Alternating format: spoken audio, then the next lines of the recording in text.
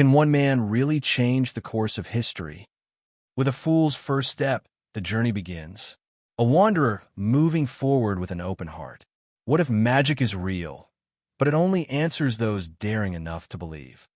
The magician's will is steady and bright. A single motion, and the world reshapes under a flick of a wand. Most people think monsters only live in the stories we read and the games we play.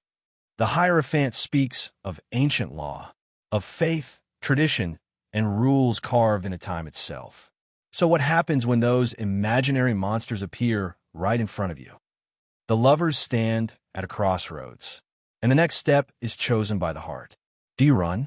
The chariot surges forward, focused, relentless, hungry for victory. Do you hide? Strength answers quietly, not with rage, but with courage that refuses to break. Or do you stand and fight? Justice raises the scales, and truth falls like a blade that cuts both ways. Or are you the type to bow your head and accept fate without a struggle?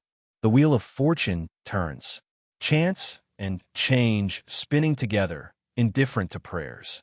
Maybe you're the type who smiles at death, treating it like a friend you just haven't met yet. Death arrives, not as an ending, but as transformation, a door, a rebirth.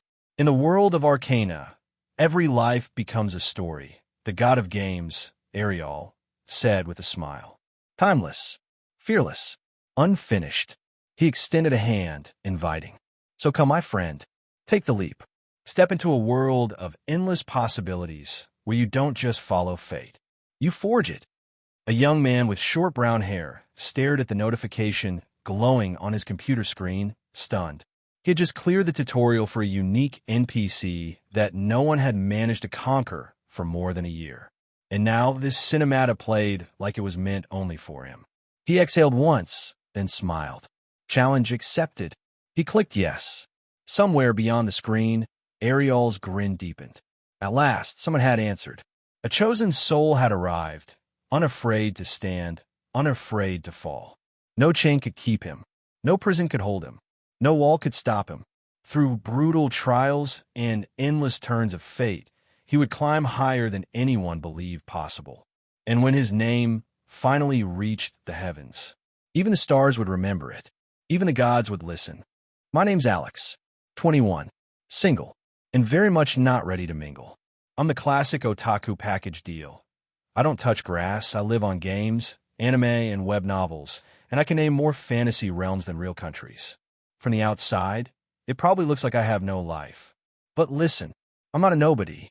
In the game I'm grinding right now, I'm top 69 on the global rankings. Yes, 69. Respect the culture. And it actually pays. Real money. Which means, technically, I'm winning at life. Or I was anyway. Because at this exact moment, I'm in what you could call a complicated situation. By complicated, I mean tied up so tight I can't move, shoved inside a giant cannon, and aimed at outer space. If you're wondering how I got here, same. Desperately. So here's the story. After finally clearing the tutorial quest in endless leveling online, which, by the way, took me a whole year, I went to the convenience store for snacks. A victory snack run. A ritual. On my way out, a little girl approached me. She was wearing a Red Riding Hood cosplay that looked weirdly familiar. It was midnight. A kid that young shouldn't be wandering around alone. So I did the responsible thing and asked where her parents were. She said she didn't have any. That hit me right in the guilt gland. So I offered to escort her back to wherever she was staying. Because it's dangerous at night. And she was tiny. And I'm not heartless. As we walked, it clicked. She wasn't just familiar. She looked exactly like Lily, one of the game's mascot characters. The same Lily from the game I'd been playing literally half an hour ago. And that reminded me of what happened right before I left my apartment. When I cleared that cursed tutorial, a cinematic triggered. The god of games appeared, all dramatic and glowing, and invited me to the world of Arcana to forge my own destiny. As an orphan with nothing tying me down, I clicked yes without even thinking. I mean, come on. I've read enough Ice Guide to know this is how legends start. I half expected a truck to spawn outside my window immediately. But nothing happened. I was still in my chair. And on screen, the god of games just smirked and said, I'll send someone to pick you up. So just wait. Then I got forcibly logged out. I tried to log back in. Didn't work. Tried again. Still didn't work. I was 2 seconds away from flipping my desk and writing a 10-page review about how the devs made the tutorial impossible just to cover up bugs. So yeah, I was already annoyed when I walked through the familiar streets of my small hometown. I've lived here my whole life, and for the first time in a while, I actually started thinking about the future.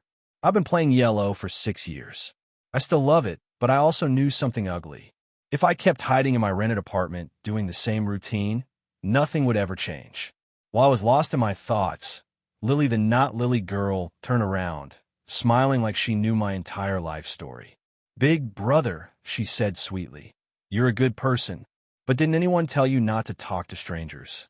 It was kind of cute, and honestly, I was confident. I trained boxing. I wasn't scared of random street thugs. "But aren't you talking to a stranger too?" I asked, patting her head. "Enough talk. Let's get you home. It's late, and it's not safe out here." "You're right, big brother." She giggled. "It really is dangerous at night." Then she started humming and walked toward the park near my apartment building. I assumed she wanted to swing for a bit. Kids do that. So I followed. The moment we entered the park, she stopped and turned back. And her voice changed. Not scary. Not deep. Just certain. "Dear traveler," she asked, "if you were given one wish, and only one, what would you wish for?" My brain froze. Because in the game, during character creation, Lily asked the exact same question. And back then, my wish was, I wish I could be the protagonist of my own story," she said, cutting me off smoothly. "That's your wish, right?" "Huh." I blinked. "How did you know? Is it that common?" "Not common," she replied, "but it's the wish of many people who aren't satisfied with their current lives. Still, big brother, you're all misunderstanding something." She pointed a finger at my chest like she was tapping a hidden menu. "You're already the protagonist of your own story." I stared up at the stars and exhaled. "Then why does my story feel like trash?" I muttered, reaching out toward the night sky like it could hand me a better life. "I want to start over. I want a fantasy world, an adventure, something real, like Arcana. Is that what you truly want, big brother?" "Yes," I said without hesitation. "That's what I want." "Then I will grant your wish." "Really?" I lowered my gaze to look at her. She was holding a baseball bat. I have no idea where she got it. I only know it looked like it would hurt. "Really?" she said, smiling like an angel. Before I could even step back, she swung. Crack! The world tilted. I collapsed, stunned, because no part of my brain was prepared for a cute orphan girl to turn into park ambush demon. As my consciousness faded, another small figure appeared beside her, a tiny angel, holding a bow, an arrow, looking way too excited. "Lily," the angel squealed. "This is my first time kidnapping someone. It's so exciting." "I know, right?" Lily giggled, and they high-fived like they'd just won an award. And that was the last thing I remembered, until I woke up inside a cannon. Which brings us back to the present. Lily peered down the cannon's muzzle at me. "Big brother, do you have any last words?" I tried to scream. MMH. MMHH. MPHHH. Duct tape. Of course. Cupid the angel leaned in too. He's probably thanking us for helping him get his wish. He's such a good guy, even after we kidnapped him. I see. Lily nodded seriously, like that explanation made perfect sense. "Then enjoy your new life, big brother. See you soon. MMPHHH. My protests meant nothing. But then something else happened. Rows of glowing text appeared in front of my face, and a cheerful AI voice spoke inside my head. "Retrieving character data. Character data retrieved. Character name, Alex Stratos. Resetting stats. Resetting skills. Resetting job class. Character reset complete. Loading story mode. Story mode loading complete. Choose your level of difficulty. Easy, normal, hard, nightmare, hell. You have 5 seconds to comply." I didn't understand anything, but I understood this. Choose fast or suffer. With everything in me, I tried to shout the option I wanted. "Measy, measy, measy." I can't understand you. Can you repeat it? If I wasn't tied up, I would have face-bombed so hard I'd knock myself out. "Measy." Hard mode, right? Understood. My eyes widened. No, no. Mock you, mock you, mock you. I changed my mind. Hell mode it is. You absolute. Before I could finish cursing the system, in my head, a countdown boomed around me. 5, 4, 3, 2, 1. Simp cannon version 2. Firing. The next second, the cannon detonated. My body ripped forward like my soul had been kicked out first. And then, there was no then. The world went black as I passed out again, not knowing if I'd ever open my eyes or what kind of nightmare I'd wake up in if I did. Hey everyone, Firescale Audiobooks here. If there's a novel you'd love to hear more of, you can support us on Patreon or Ko-fi. Depending on your tier, I'll make extra parts just for the stories you're most excited about. Usually I can only upload 4 to 5 parts of each novel, but with your support we can go beyond that. And of course, don't forget to hit subscribe. It helps more than you know. Poke. NGHH. Poke poke. NGH. MNH. Poke poke poke. NGHH. Poke poke poke poke. Alex's eyes snapped open, awakened from his dreamless sleep after feeling something press his nose repeatedly, like a single target whack-a-mole. A tasty-looking custard bun was a welcome sight. It sat on his chest, though it unfortunately had eyes and a devilish smirk plastered on its face, which meant it couldn't be eaten. The young man and the small creature held each other's gaze for a few seconds, as if they were cowboys about to shoot each other with their guns at the ready. However, this delicate balance was broken when the cute creature extended its little hand and poked Alex's nose not once, not twice, but 3 more times as if it was continuing its game of whack-a-mole. Finally reaching the limit of his patience, Alex reached out to grab the little troublemaker with the intention of squeezing it to oblivion. But the little guy jumped back and landed a safe distance away from him. It then started giggling as if it enjoyed its little prank against the young man, who wasn't fast enough to block its poking spree. Why, you little? Alex was about to curse the small creature when he realized it looked very familiar. Once again, the two stared at each other. Only after half a minute did Alex break the silence. Dim dim, he asked with uncertainty. The little creature smiled before nodding its head to confirm Alex's guess. Dim, you're really dim dim? Dim dim. Although the creature could only say dim, Alex could understand its words perfectly.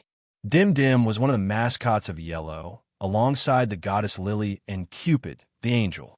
The Dim Sum God's role was to guide players in the game, teaching them what they needed to know about the world of Arcana.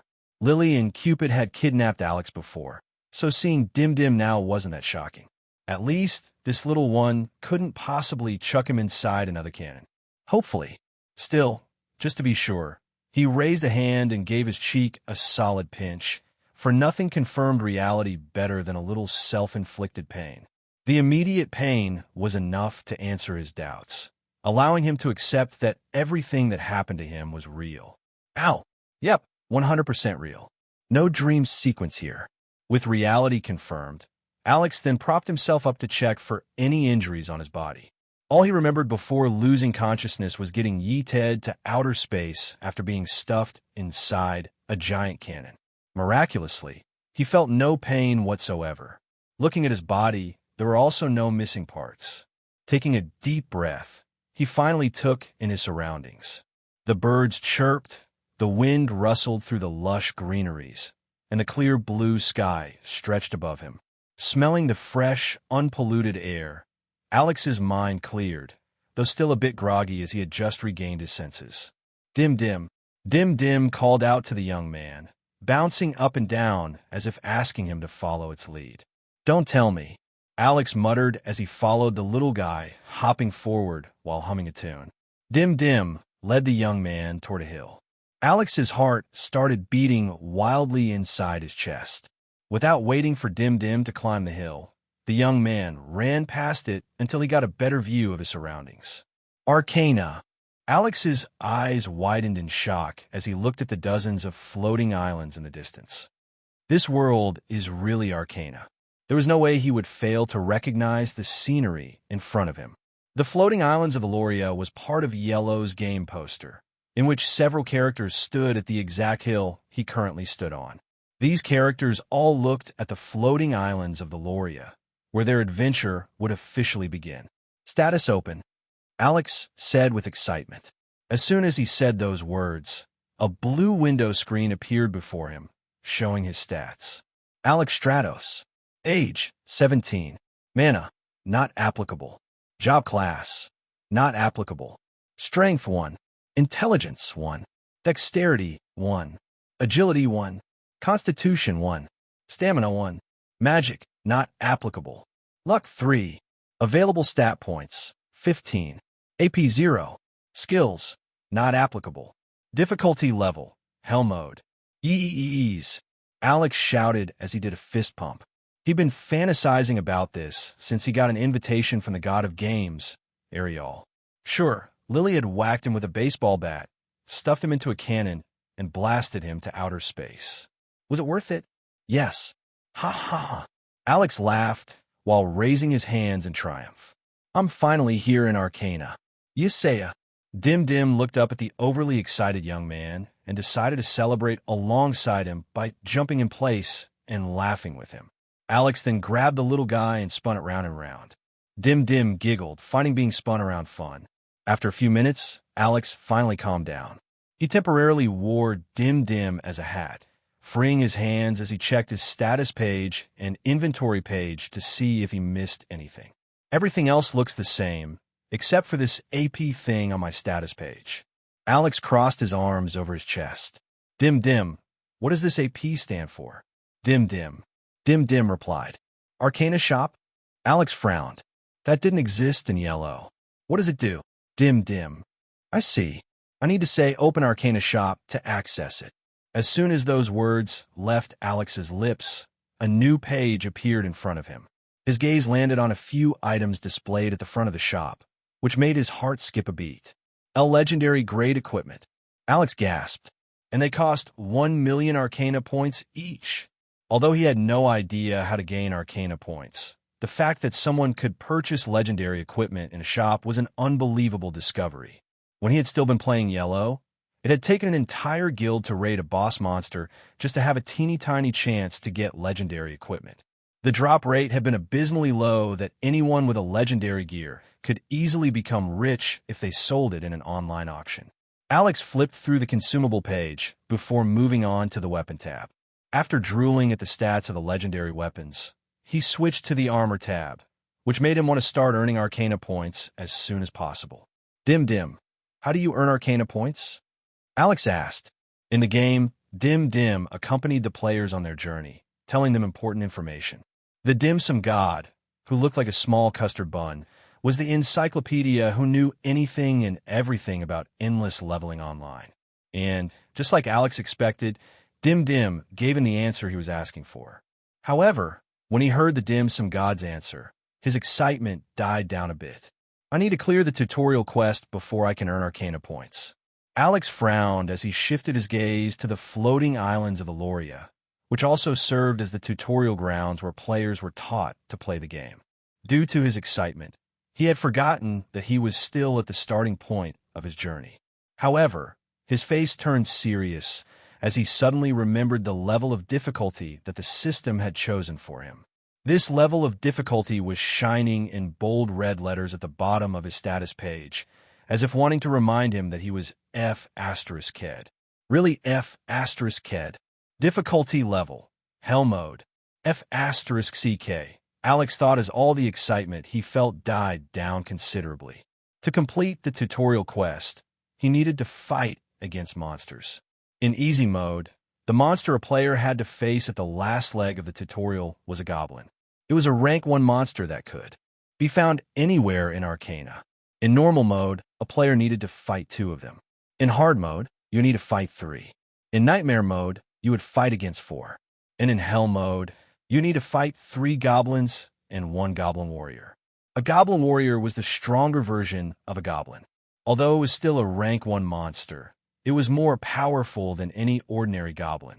Dim, I want to ask you a serious question, Alex said. Dim, is this still a game, or is this reality? Dim replied, telling Alex that this was no longer a game. Deep down in his heart, Alex had already accepted that this was no longer a game. It was no longer a place where he could respawn if he died. Faced with such a reality, the young man couldn't help but curse his system a second time. Instead of a fun adventure, he was now faced with a dilemma. Alex didn't expect the first leg of his journey to be a battle to the death against goblins, whom he was about to face in reality for the first time in his life. The tutorial didn't take place in the floating islands of Aloria, but it was the first destination a player could access after finishing the tutorial. Yellow's tutorial was as simple as it could be. It taught players the basics, how to move their character with the keyboard and how to use the active skills. Left-clicking the mouse was for normal attack, while right-clicking was for heavy blow. Tapping the spacebar was for jumping. Using the arrow keys should be common sense, but it was also included in the tutorial, just in case.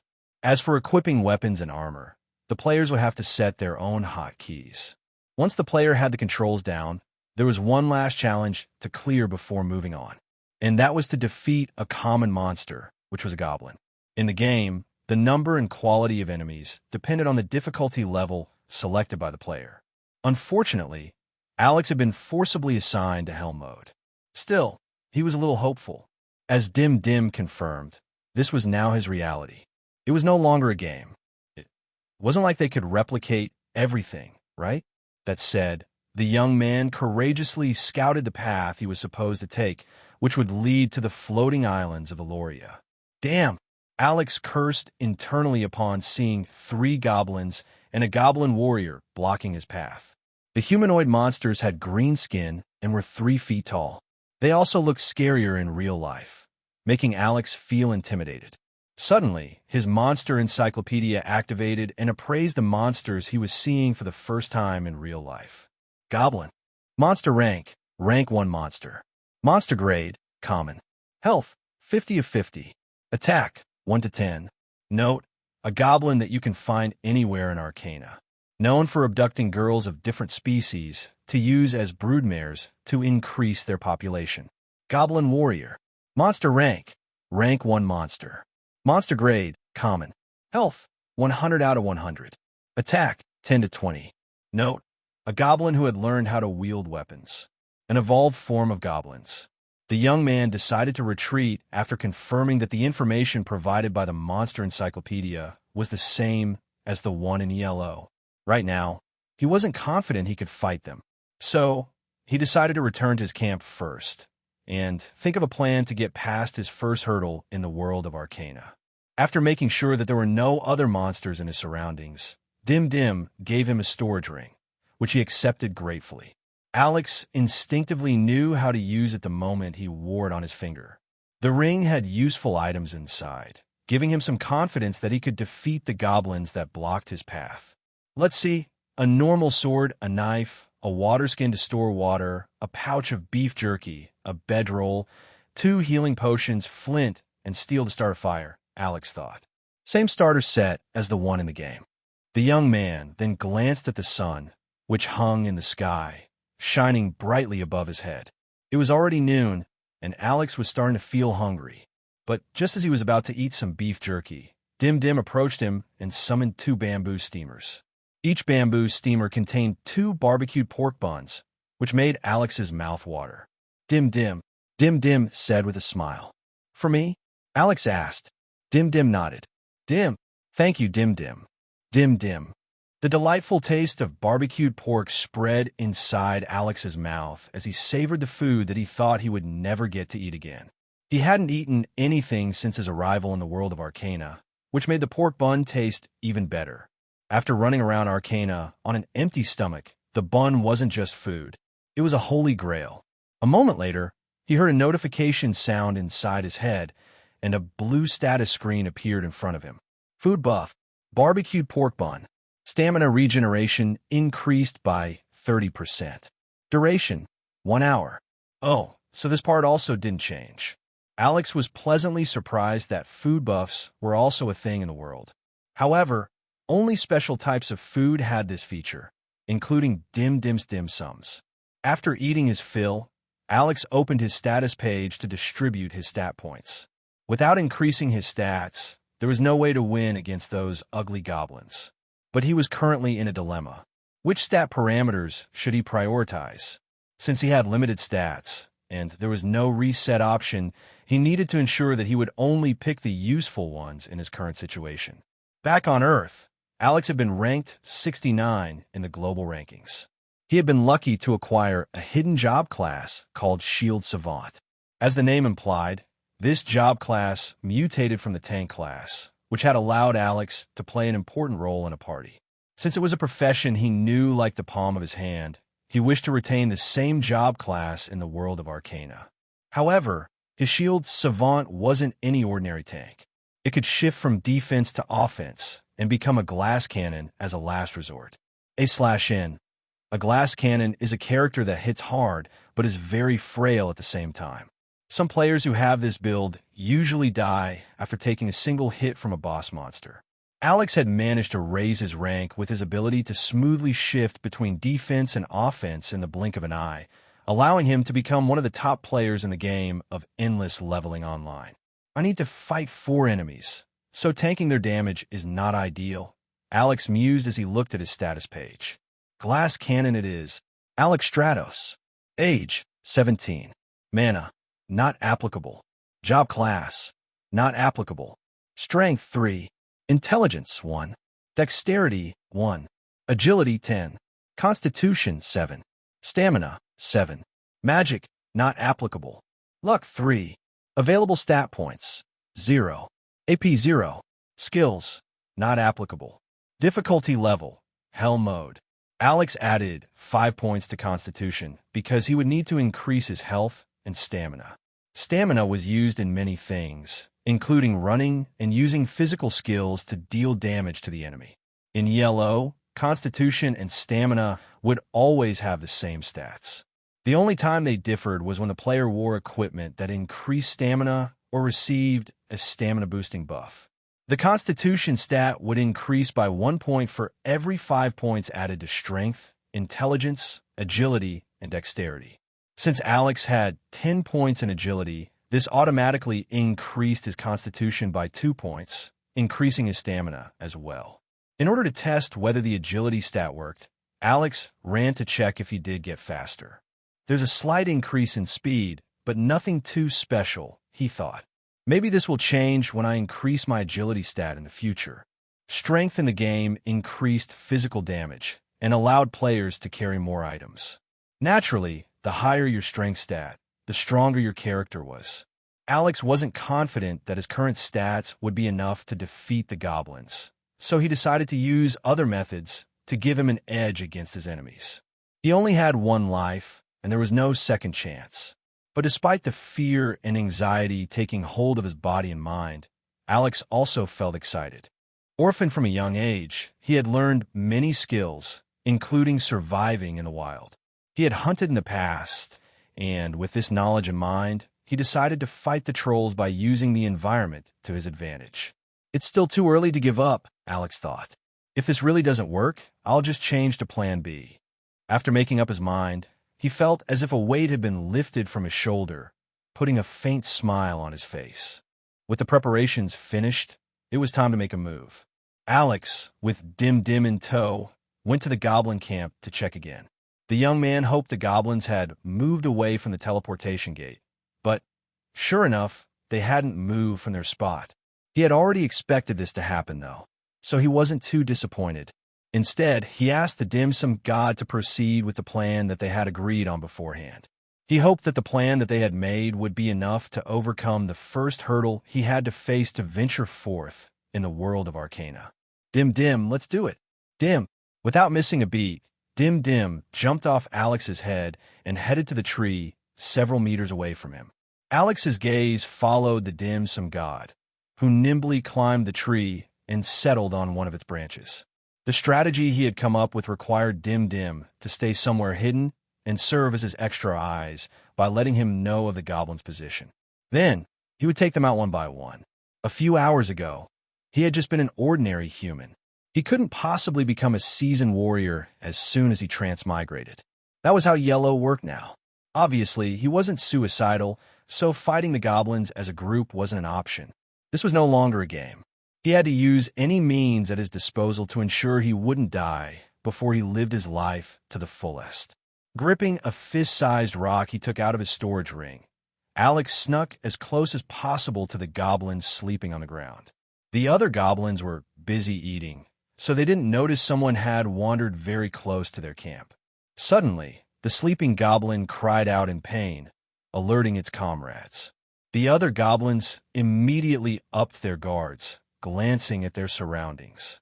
The wounded goblin roared in anger as it picked up its wooden club and looked around with bloodshot eyes. From behind a tree, Alex threw another rock, but it wasn't aimed at a goblin this time. The rock landed on a nearby bush, creating a rustle that distracted the monsters who were now paying close attention to any disturbance around them. The wounded goblin, eager to avenge itself, ran in the direction where the sound came from.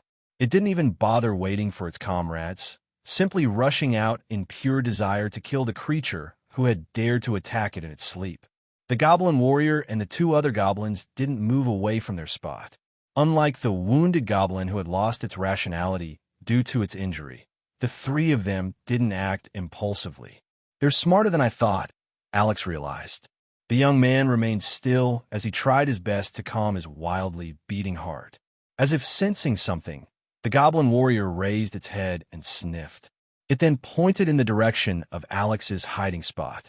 The two goblins then spread out, intending to encircle whoever was hiding behind the tree. Dim dim. The dim-sum god alerted the young man in time that the goblins had found his position. Dim dim's shout distracted the monsters long enough for Alex to make his move. Without hesitation, he ran away as fast as he could. Time for plan B, Alex thought as his breathing quickened.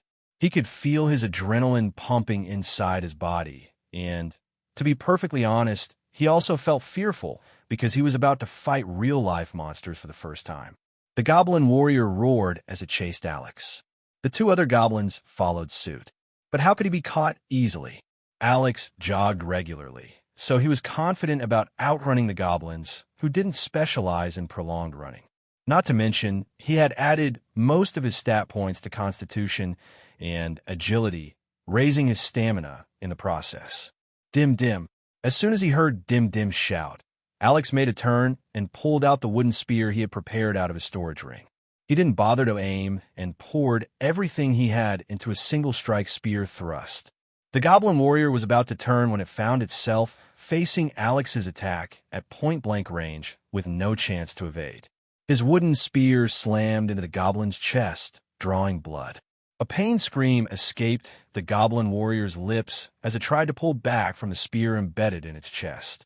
Alex didn't think it was enough, and he had no intention of wasting his surprise attack so easily. He roared with determination, as if to reduce his fear, and pushed the spear deeper into the goblin warrior, hoping to worsen its injury. Unfortunately, his strength wasn't enough, and he failed to pierce the spear through the monster's body. Dim dim. Hearing the dim-sum god cry out another warning, Alex let go of the wooden spear and ran away without a second glance. A few seconds later, the two goblins caught up and found their leader wounded, with bloodshot eyes. The goblin warrior talked in goblin language, ordering the two goblins to pursue the human who was still within their sight. Their leader had no intention of letting Alex escape. Once it caught him, it would tear him limb from limb. Alex realized he had gained a good distance away from the monsters, so he suddenly stopped and looked in their direction. It wasn't that he was tired or anything. He simply wanted the goblins to catch up to him, aiming to lure them away from the goblin warrior. The strategy Alex had come up with was simple. He would take down the goblins one at a time, ensuring he wouldn't get surrounded by them. Slowed down by its injuries, the goblin warrior struggled to catch up to Alex, giving him the breathing space to focus on the two other goblins first. A game of cat and mouse unfolded as the young man lured the two goblins toward the river, keeping himself visible but out of reach. As he expected, the goblins had difficulties catching up to him, stopping to catch their breath from time to time.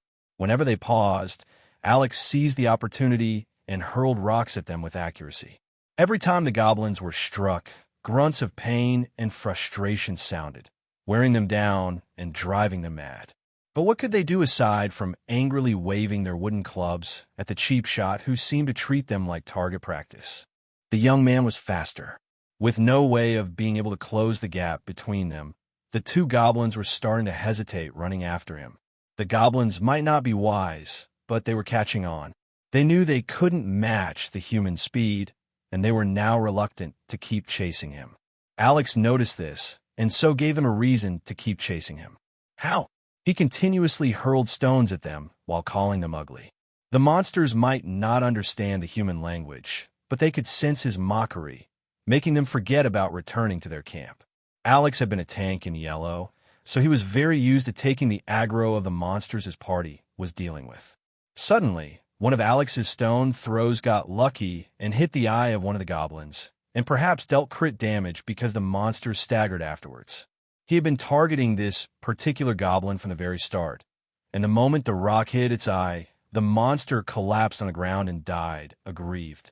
Level up. Map feature unlocked. You have learned the passive skill, Improved Stone Throw and Headshot. Improved Stone Throw. Stone attacks deal +1 bonus damage. Headshot. Headshots inflict +5 bonus damage. This can apply to any other kind of attack aside from stone throws. Land 3 consecutive headshots to deliver an extra +10 bonus damage. Alex and the last goblin stared at each other for a few seconds after the other goblin died. Both of them were shocked at what had happened, so the sudden turn of events took them by surprise. Both of them froze, eyes bulging like they couldn't believe what they'd just seen. Honestly, it was quite unexpected, but the young man quickly recovered. His face displayed a wide grin, so wicked and unhinged that it sent a shudder down the surviving goblin's spine. If someone that went by the name of Lloyd Fr. Astrosantera saw Alex right now, he would definitely give the young man a 10 out of 10 for that smile alone. After killing a goblin, not only did Alex gain a level, but he also confirmed that his strategy worked. "It's your turn," Alex said as he looked at the other goblin, who now seemed less scary than earlier. The goblin realized it was about to get F*** up real bad, so it screamed and ran away in fear. However, how could Alex possibly let it go? The monster was a walking experience point. "Don't run." Alex laughed as he threw a stone at the fleeing goblin. "I'm your friend." If the goblin could speak human language, it would have already cursed Alex and his 9 generations for being shameless. Despite its best efforts to escape, the goblin soon succumbed to the constant damage it received from the emboldened Alex, who had now turned the tables against the monsters hunting him. How the tables have turned. The hunter had become the hunted. A few minutes later, the unfortunate goblin died, due to Alex's relentless pursuit. The young man's confidence rose further after killing his second goblin. 2 down, Alex said as he looked at the experience bar located on his status page. Experience points, 32%.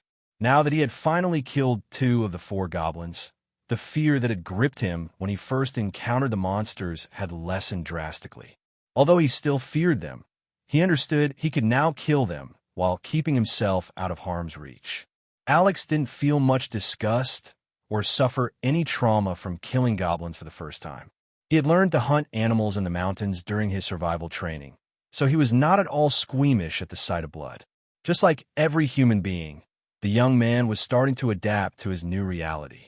He then drank some water from his water skin, allowing him to recover from the exhaustion he accumulated after all the running he had done. Food buff, barbecued pork bun. Stamina regeneration increased by 30%. Duration, 1 hour. Seeing that Dim Dim's food buff had once again activated, the young man headed back to the goblin camp to finish what he had started. If he got lucky, he should be able to arrive at the town of Valoria before the sun set on the horizon. Looking at the map, Alex saw the 2 blinking red dots in the location of the goblin camp. He unlocked the map feature after reaching level 1, allowing him to view the places he had been previously.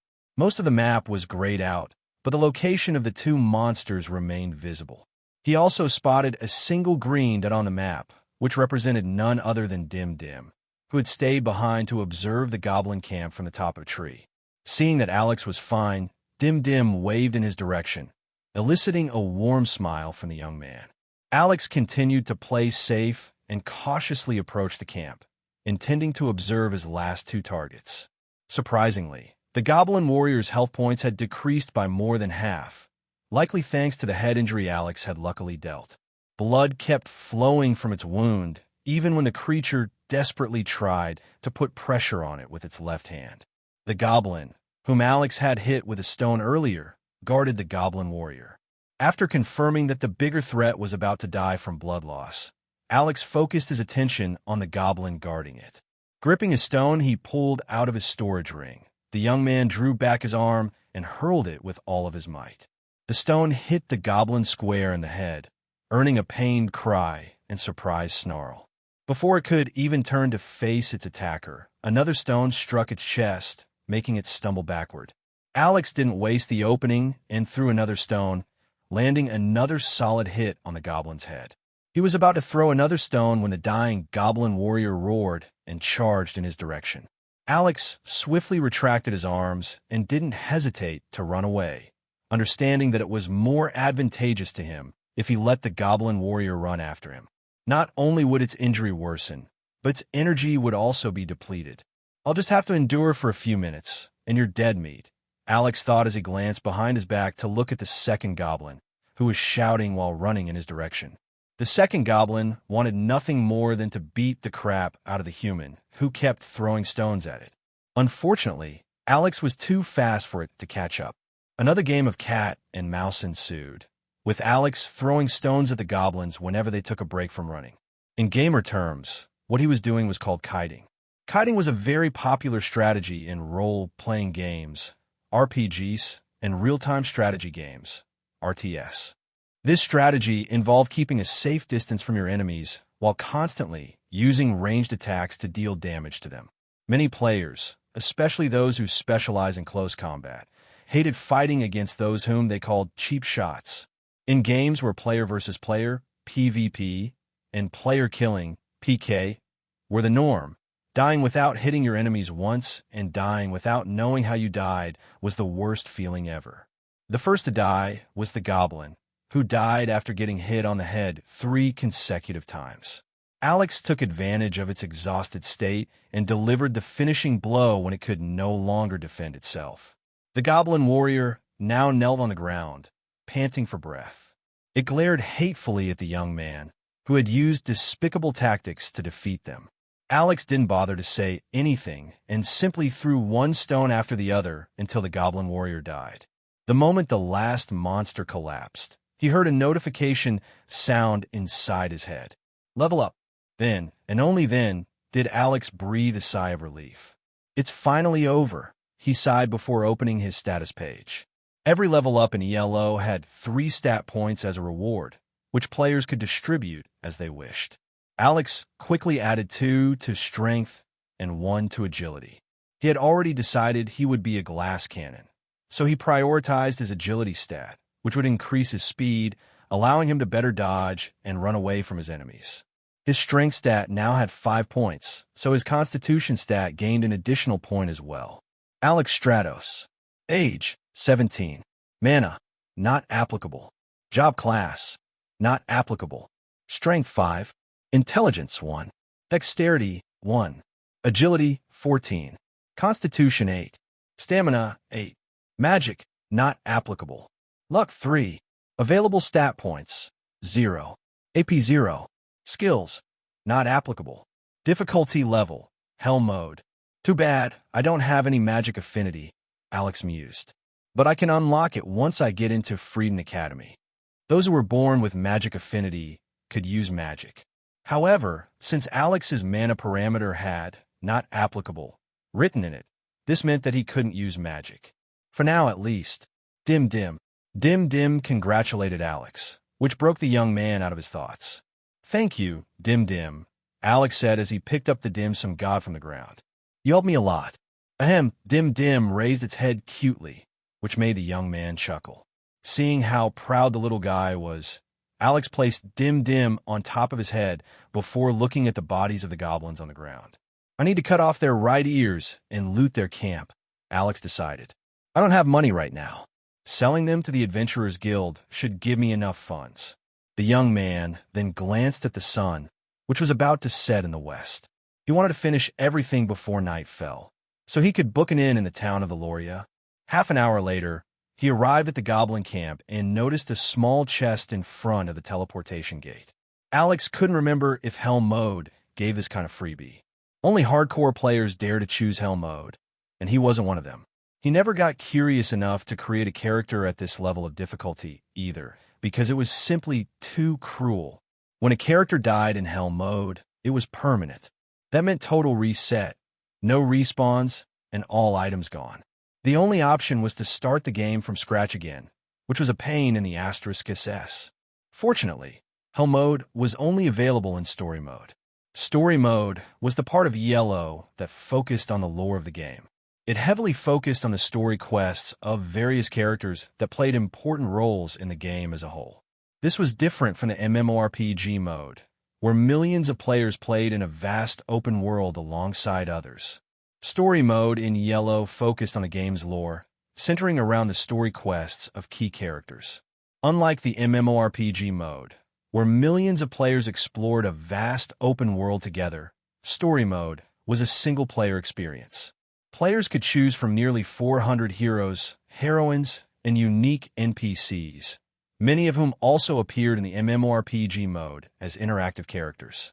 This added flavor to their characters and enriched the overall game experience. I wonder what's inside this chest, Alex mused as he opened it to check its contents. What he found inside made his eyes widen in shock. A purple skill book with the insignia, EX, lay inside the chest, making Alex wonder if he was just seeing things. Only when he grasped the skill book in his hand and pulled it from the chest did he realize his eyes hadn't deceived him. This changes everything. Alex looked at the skill book in his hands, still unable to believe his luck. Just like items, skills were divided into different grades. Common, uncommon, rare, super rare, unique, legendary, and divine. The purple book in Alex's hand was a super rare skill book, an item that would let him choose any skill available in the game. However, there was a limitation. He could only select one skill, and it could only be rare grade skill or below. Although the skill book's grade wasn't the highest, it bore the EX insignia on it. What did that mean? Unlike skills acquired from ordinary skill books, any skill chosen by the player could grow into something far stronger. Just that alone made it more valuable than any ordinary super rare skill book in the game. Whether the skill chosen was a common, uncommon, or a rare skill, it could eventually ascend to legendary rank as long as the player kept on using the skill over and over again. Just like Alec had said earlier, the skill book was a game changer. It would allow him to start his ideal build early in the game, giving him access to better skills in the future. But I still need to unlock my magic stat to use the skill I wish to have, Alex muttered. That means I need to wait until I get into Freedom Academy. After carefully storing the skill book in his storage ring for future use, he took the small pouch inside the chest. The pouch contained 20 silver coins, roughly equivalent to 2 gold coins. Perfect, Alex thought. With this, I don't have to worry about staying in an inn for a while. Alex stuffed the pouch inside his storage ring and looked around the camp to check if he had missed anything else. So far, aside from the sword of the goblin warrior, the camp had nothing else of value left to loot. Seeing no reason to stay anymore, Alex approached the teleportation gate and pressed his hand against it. The runes under his feet glowed, and Alex felt lighter as they lit up one after another. When a magic circle's power reached its limit, his body faded into particles of light that shot toward the biggest floating island, where the town of Aloria was located. A moment later, Alex felt himself standing on solid ground in the middle of a large plaza. As he regained his senses, he heard bustling noises surrounding him. By the looks of it, he was in the teleportation hub of the city. Various stalls lined the edges of the plaza, and behind them were merchants hawking their wares to the tourists who had come to visit their town. Alex originally wanted to check the merchants' products, but changed his mind when a loud growl sounded from his stomach, reminding him to eat.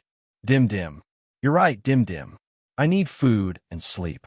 Let's find an inn first. Dim Dim. As a player, he had visited the town of Aloria many times. But this was his reality now, and he was experiencing everything from a different lens. Sure enough, it felt different to see the town in real life. After asking one of the patrolling guards for directions, Alex finally found the inn he wished to stay in. Cattail's Inn. As the name implied, it was run by Catkins, making it famous among the players. Aside from that, a unique character could be found in this place.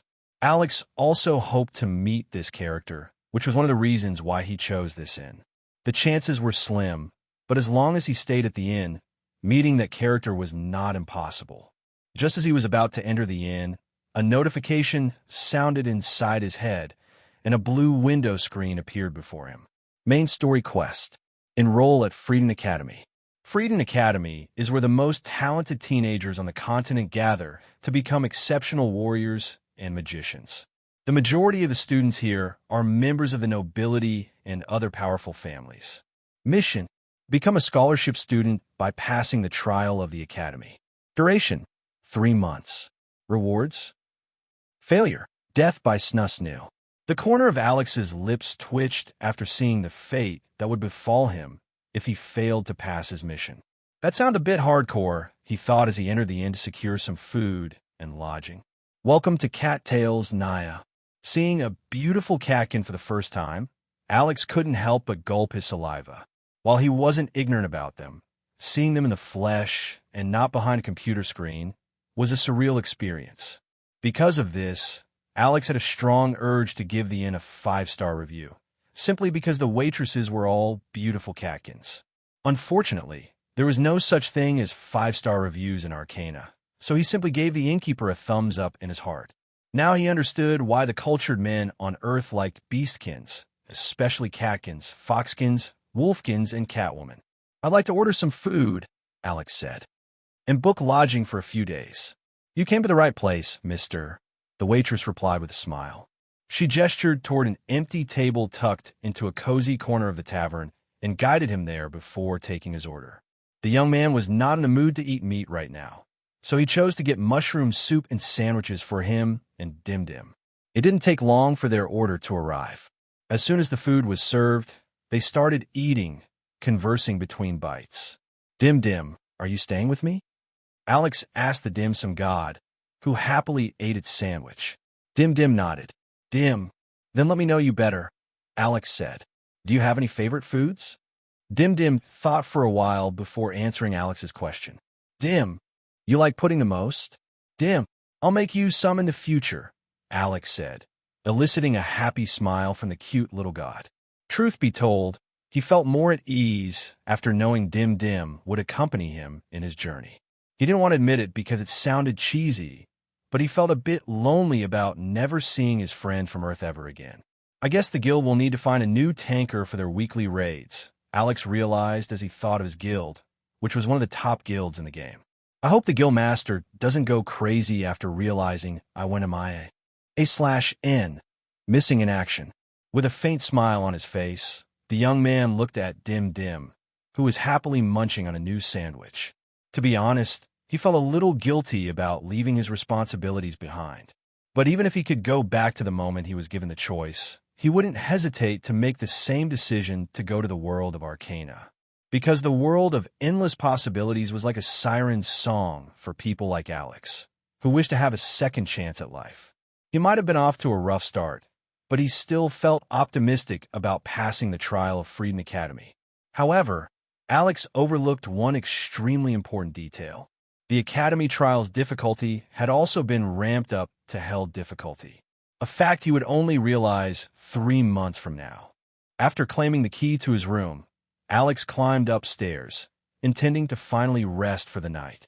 If the intense first battle of his life in the world of Arcana taught him anything, it was that he must not treat this world as a game, for one mistake could end in his death.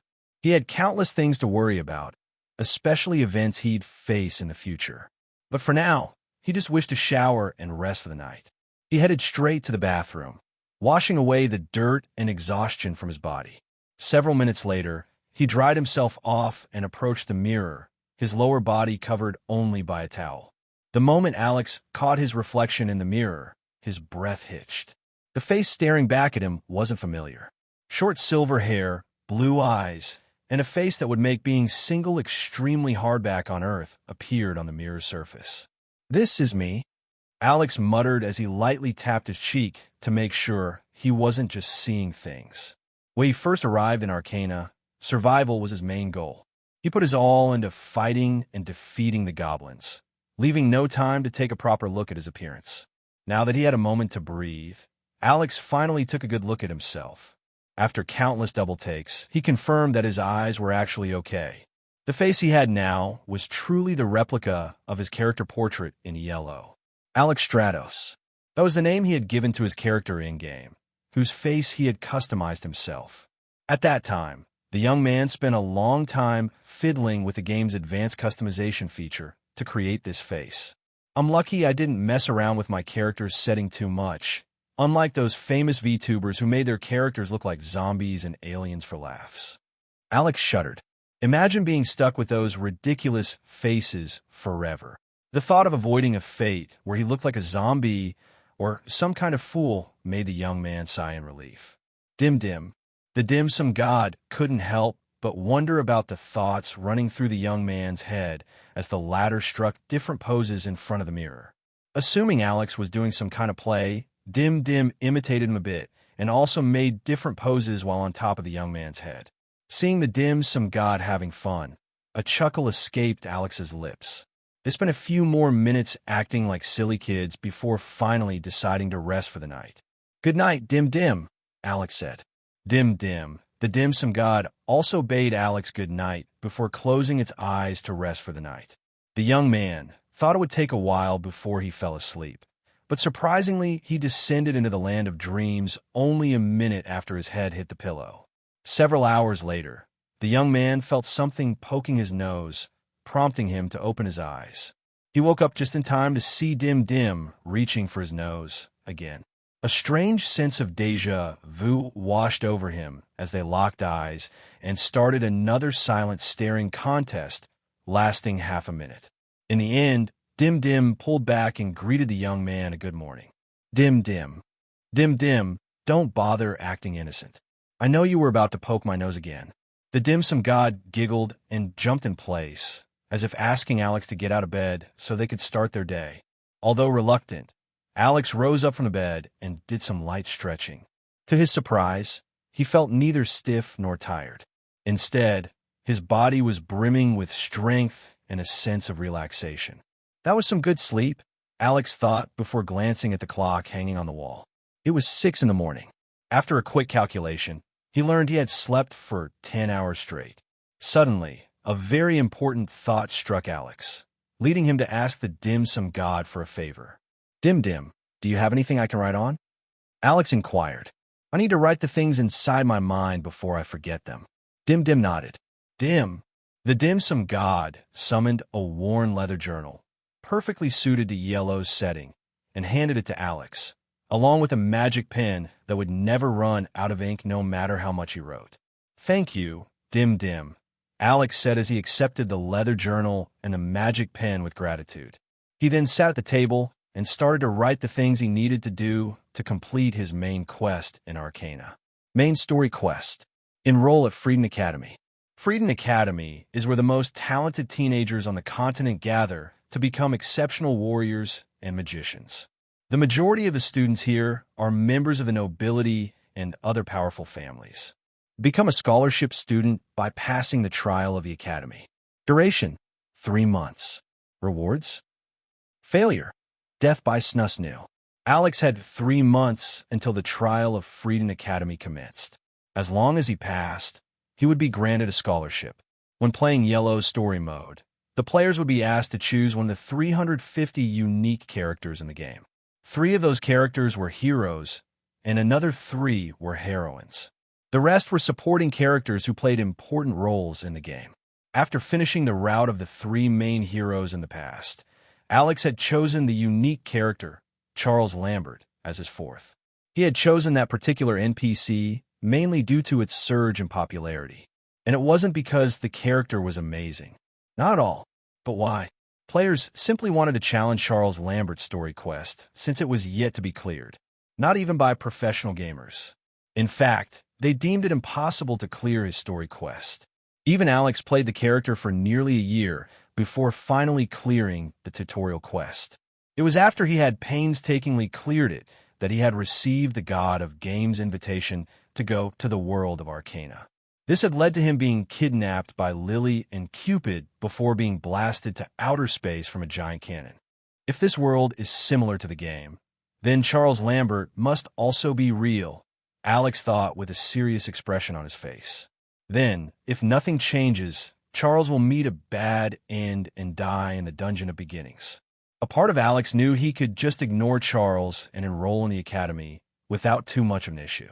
However, if he did just that, he would forever question himself whether he had done the right thing.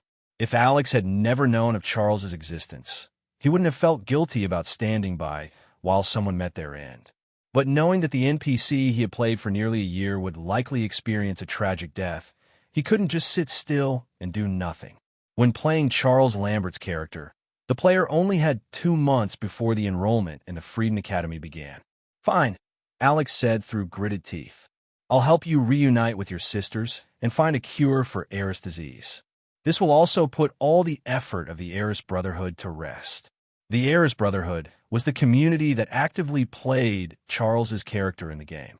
They jointly compiled all the information about Charles's tutorial quest on a wiki page, including the location of the hidden quests and items in Briarwood Village.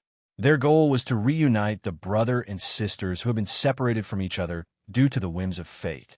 "But I can't help him with how weak I am right now," Alex thought.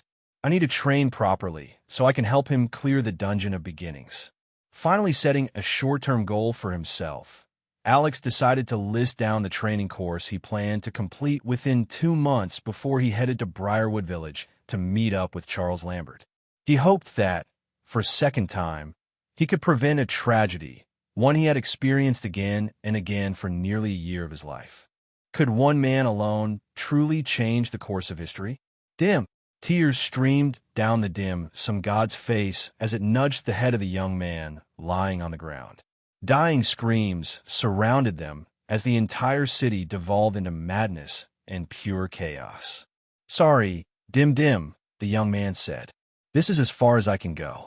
Dim tried to pull the young man's finger as if try to drag him somewhere safe. However, the young man didn't budge, lying still as blood pooled beneath his body and stained the ground crimson. Dim, listen to me," the young man murmured, forcing himself to keep his voice calm and steady, even as his life slowly drained from his body. "Find a person who will reach the end of this journey with you, Dim. Someone with an unyielding heart. Someone who will not give up until the very end. And someone who will protect your world in my stead."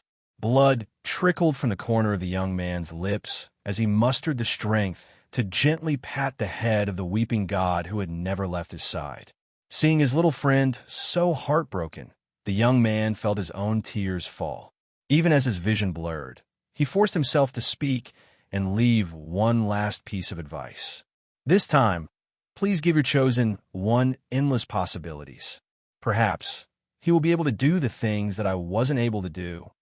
The young man's voice trailed off as the light in his eyes slowly faded. The dim-sum god nudged the young man's head with its cheek many times, but he never spoke again. Soon, the cries of the innocent, pure-hearted god spread in the surroundings as the world around it burned in a hellish inferno. Then and there, the god of games, Ariel, slowly opened his eyes, waking up from the dream of the future that had yet come to pass. "What's wrong, Ariel?" the goddess Lily asked as she fed the dim-sum god, Dim, a small candy. "Did something happen?" Dim chewed the candy happily with no idea of the future Ariel had seen, one that would break its little innocent heart to pieces. "Here, have some more candy, Dim."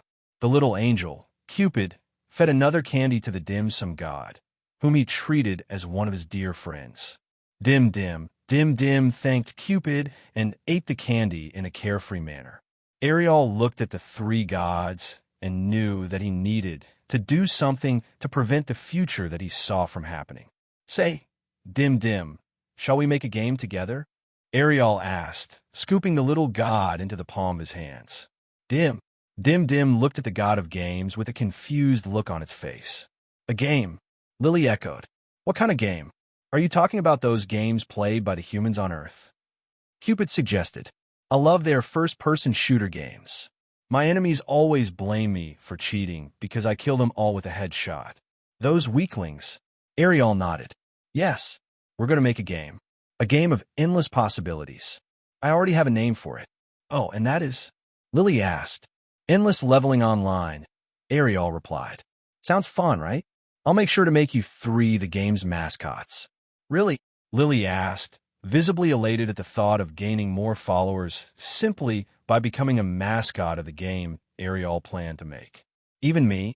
Cupid asked. Dim Dim. Dim Dim pointed to himself. Yes, yes, and yes. Ariel chuckled. The 3 of you will be in the game. So, want to help me? You bet. I'm in. Dim Dim. Ariel nodded as he started forming a rough plan in his mind. Even if it was difficult, even if it seemed impossible, he would prevent that kind of ending and ensure that his dear friend, Dim Dim, wouldn't have to suffer a heartbreak. He would prevent the world of Arcana, which the dim sum god had created with all of his heart and divinity, from being destroyed.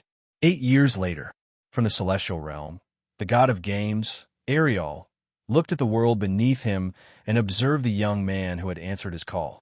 The sight of Dim Dim peacefully sleeping atop the chest of the snoring young man made Ariel smile faintly. Can one man truly change the course of history? Ariel muttered. He remembered all the advice the young man, in his dream, had told Dim Dim. To look for someone with an unyielding heart, and to give that someone endless possibilities. That way, they could better help the dim sum god prevent the calamity meant to befall its world. To perfectly select that someone, Ariel decided to find a person in Arcana meant for an end so tragic it seemed impossible to reverse. The god of games searched high and low, using his abilities to find someone who met those requirements. Soon, he discovered Charles Lambert. With his ability, he simulated Charles Lambert's life countless times, all of which resulted in a bad end. No matter what kind of variables were added, Charles Lambert's fate seemed to be set in stone. Dying at a young age and unable to reunite with his sisters, he perished inside the Dungeon of Beginnings, never to be seen again. Ariel added all the simulations he had created to the newest patch of endless leveling online, waiting for someone who might be able to change the course of history. The moment someone completed this task, he would give them an invitation and summon them to the world of Arcana. He had great faith in humanity. After all, he had personally witnessed, on more than one occasion, humanity managing to reverse a hopeless situation from happening. One of them was a shepherd who had saved the world of Hestia. The other was a heaven's necromancer who had saved the world of Elysium. Both had faced hardships that would have made ordinary mortals give up and accept their fate. But they had held their ground and accomplished things deemed impossible. After sending Alex to Arcana, Ariel tried running another simulation to see what the future held. But all he saw was darkness. Ariel sighed. Just as he was about to end the simulation, he noticed something small flickering within that darkness. It was shaped like a shield, faintly twinkling like a lone star in the darkness, about to disappear at any moment. The god of games observed this small shield, and a small flame of hope was ignited inside his heart. Although it was faint, a possibility existed. And that was all that Ariel needed to believe that perhaps a single man might indeed have the power to change the course of history. Poke. NGHH. Poke poke. NGH. MNH. Poke poke poke. Dim dim. Can you not poke my nose whenever you want to wake me up in the mornings? Alex said helplessly. The dim sum god giggled, but made no promises to stop poking the young man's nose. Alex helplessly sighed, already resigned to his future of waking up to a little custard buns tapping spree. This was the little one's daily entertainment now, and there wasn't anything he could do about it. He got out of bed and gave his face a swift rinse. The cold water woke him up enough for him to begin his day. 3 days had passed since he got here. Back then, everything around him could only be found through the screen. Though he was still adjusting to his new reality, he was surprised to have an easier time than he had thought. He casually went through the plans he had for his future in his head. His main mission was to pass the trial of Freedom Academy and become one of its scholarship students. Unfortunately, he had no idea what the trial would involve. Even though the academy wasn't unfamiliar to him, this specific test had never shown up in any of the playthroughs he had experienced. Out of curiosity, he had played the 3 main heroes as well as the 3 main heroines of the game before. 2 were nobility, 2 were royalty, and the last 2 were scholars personally invited by the principal. None of them had to take a trial. As such, he had no idea what was waiting for him in the trial of the academy. But I have to go somewhere before the trial, Alex thought. He mentally noted his plan to visit Briarwood Village. He needed to meet someone, Charles Lambert. Yes, the unique character whom Alex had played for nearly a year and whose mere tutorial quest had been globally deemed an impossible mission. Of course, that had been debunked the day Alex had cleared it, though it had taken him nearly a year of trial and error. Still, there was a nagging thought at the back of his head saying that if he didn't go and help Charles, the latter would definitely die in the Dungeon of Beginnings, just like the countless times he had in the game. At the same time, Alex wasn't stupid.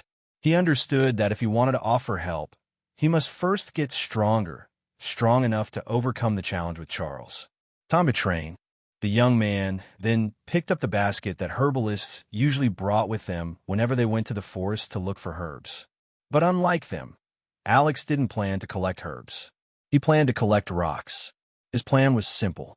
Fill the basket halfway with rocks before carrying it on his back, then jog to raise his strength and agility. Rinse and repeat daily for better results. After exiting the south gate, Alex headed to the river located at the southeast of the town of Aloria. Even now, he still struggled to understand how a river could appear on a floating island.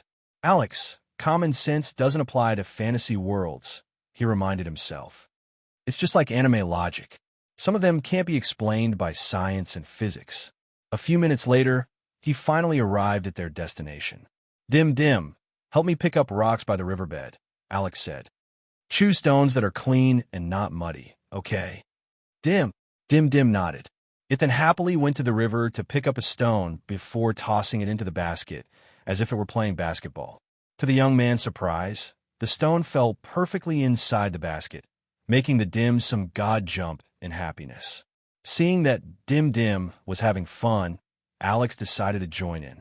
Soon, the 2 little kids started shooting rocks towards the basket, trying to beat each other with the number of shots that managed to score.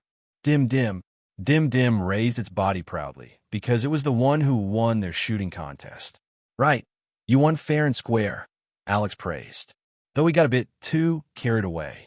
The basket, which he had originally planned to fill only halfway, was now filled to the brim with rocks. Dim only giggled. It did enjoy their little game of basketball.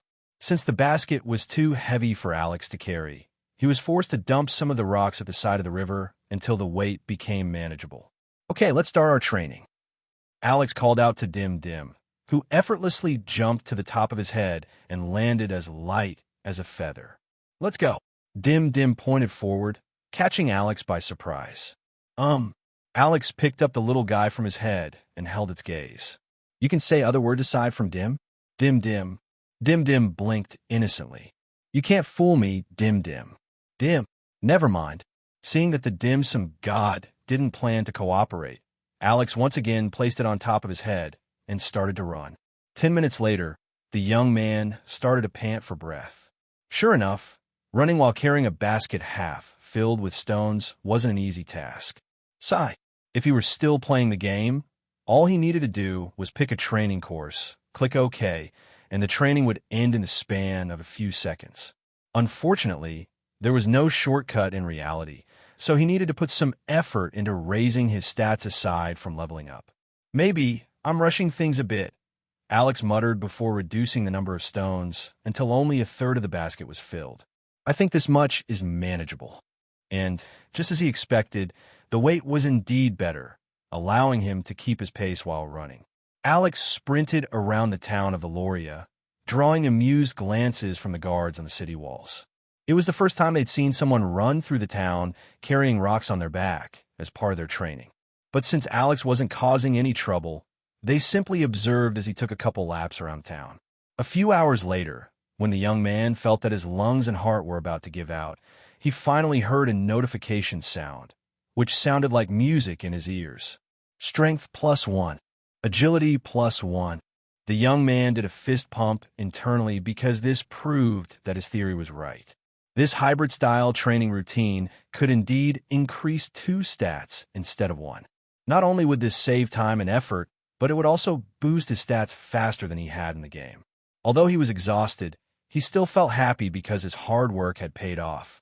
He only had 3 months before the trial started, so he planned to raise his stats as high as he could before then. "Let's go back, Dim, Alex said. "I'm so hungry I could eat a horse." Dim nodded and told Alex that it was feeling hungry too. The two then returned to the town in high spirits. Neither of them knew that a rumor was beginning to spread among the citizens of Eloria about a crazy young man, with a basket of rocks strapped to his back and a cute bun on his head, running in circles around the town's gates.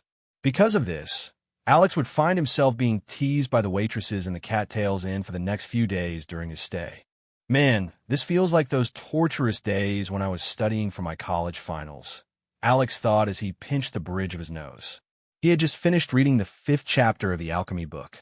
Fortunately, the content wasn't too unfamiliar since it had similarities to topics he had learned in chemistry classes.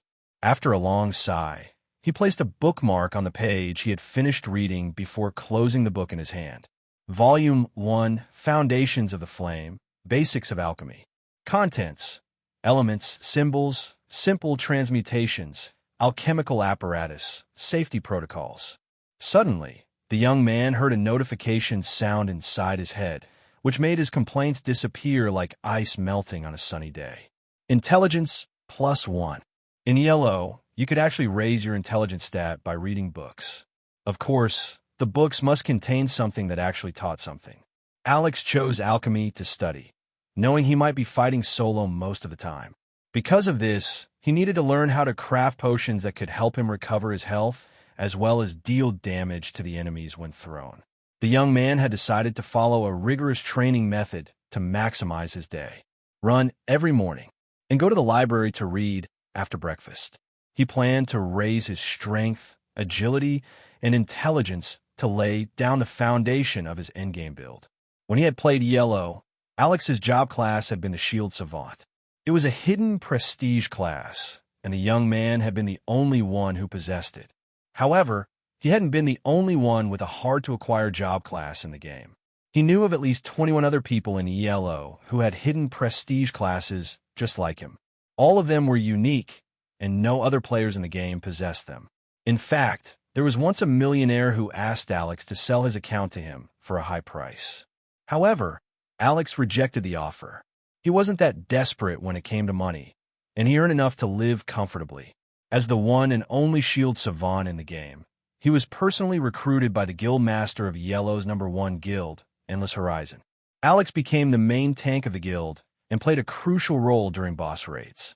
Most importantly, his monthly salary was in the 6 digits, and it was paid in dollars. Monster drops, especially super rare and legendary items, could fetch up to millions in the real world through RMT, real money trading. The guild master of Endless Horizon, Death Kiss, made sure that her guild members were properly compensated, which was the reason why it had remained the top guild in yellow since the game's release. She would even drop by Alex's house without warning and ask him to cook her dinner from time to time. Remembering his beautiful and charismatic guild master, Alex couldn't help but sigh a second time. I wonder how she's doing right now, he thought.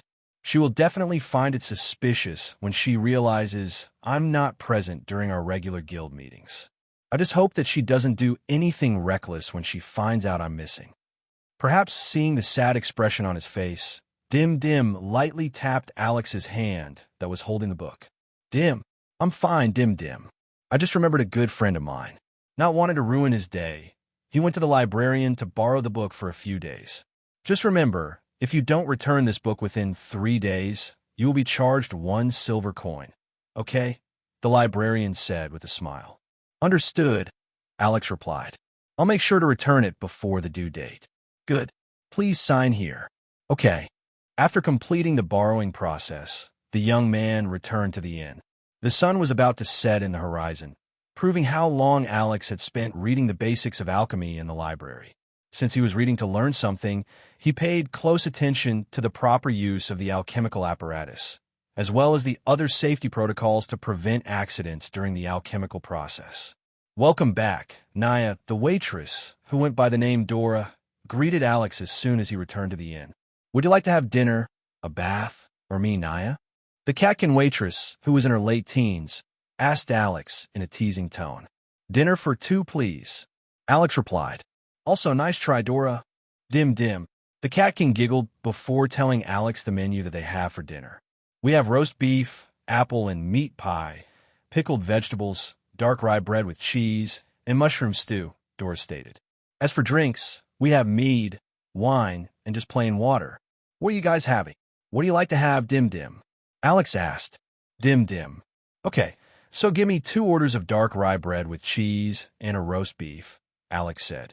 "And plain water, please." "Good, I'll have it ready in a few minutes," Dora said before going to the counter to tell the cook about Alex's orders. The young man then headed towards a corner table, where he could observe the patrons who were drinking and eating happily. He often thought of taverns as chaotic places where brawls happened regularly due to people being drunk with wine and mead. Fortunately, despite the place being rowdy, he didn't see any accidents happening, which was a good thing. The young man then thought about his current funds, which were now down to 15 silvers. He had booked his room for 10 days, which had cost him 3 silver coins. The food that he and Dim had eaten for the past few days, including the bill for tonight's dinner, would be 2 silver coins. This left Alex with only 15 silvers, which was all the funds he currently possessed. "After 10 days, I will have to start taking quests from the Adventurers Guild to earn money," Alex thought. "Gathering herbs is the safest option. If I happen to discover a rare herb in the forest, I might be able to sell it for a good price." Of course, there was a possibility of encountering monsters and other beasts in the forests. However, Alex had Dim with him. The dim sum god could sense any threats in its surroundings. Last but not least, exploring the forest would allow Alex to map it. This would allow him to see aggressive and dangerous monsters in the area that he had visited before, granting him another layer of safety. While he was thinking about his future plans, a catkin wearing a bamboo hat entered the tavern. A sword hung on his waist, and the presence he gave off was that of an expert. Alex, who noticed the catkin's arrival, suddenly felt excited. The reason why he had come to the Cattails Inn was in the hope that he would meet the Catkin Swordsman, a very famous game character. If you managed to become his friend, then you could request his assistance once, regardless of what it was. Although you would only be able to ask for his help once, that was more than enough reason for Alex to try and befriend him. The reason? The Catkin, who is currently on a journey to master the ways of the sword, was actually the future Heaven's Sword of the Catkin tribe. At 18 years old, Cairo had left his tribe of Catkins to wander the world and gain experience. With this goal in mind, he had chosen the floating islands of the Loria as his base. Why? Because all roads lead from the Loria. E/N. All roads lead to Rome pun. I'm just not sure if it's going to fly. No pun intended. The town of the Loria had airships that could travel anywhere within the continent for a price. It also had teleportation gates connected to the nearest towns and cities, allowing easy travel. While it couldn't be said to be the center of the world, it was one of the primary transport hubs in the southern region of the Kingdom of Avalon. Cairo went into an inn, wanting to buy himself a drink. But as a broke young man, he could only order the cheapest mead in the tavern, drinking it sparingly as he wanted to savor it while it lasted. Halfway through his drink, a waitress placed a silver jug beside him. At first, the Catkin swordsman only shot at a short glance. There was no one beside him, but he simply thought it was meant for someone yet to come. Imagine his confusion when the waitress lightly tapped his shoulder and told him that this drink was for him. The swordsman shook his head. "I didn't order this," Cairo said. "You're right." Dora, she was the waitress who gave him the jug of wine, nodded. "That gentleman over there has already paid for this drink. He said this is a gift to you." She pointed to Alex, who gave a casual wave to the Catkin swordsman. Cairo frowned and approached the young man's table, bringing with him the jug of wine. I don't recall seeing you here before, Cairo said before sitting down on the extra chair set at the table. I'm certain we are not even acquainted, so why did you gift me wine? The luminous white wine, known as Stardance's Delight, left a silver afterglow on the lips. It was the signature drink of the Cattails Inn and had cost Alex 3 silver coins, bringing his remaining funds down to just 12. However, he had gritted his teeth and bought the wine, buying himself the opportunity to talk to the famous NPC bound to become the strongest Catkin swordsman in the Kingdom of Avalon.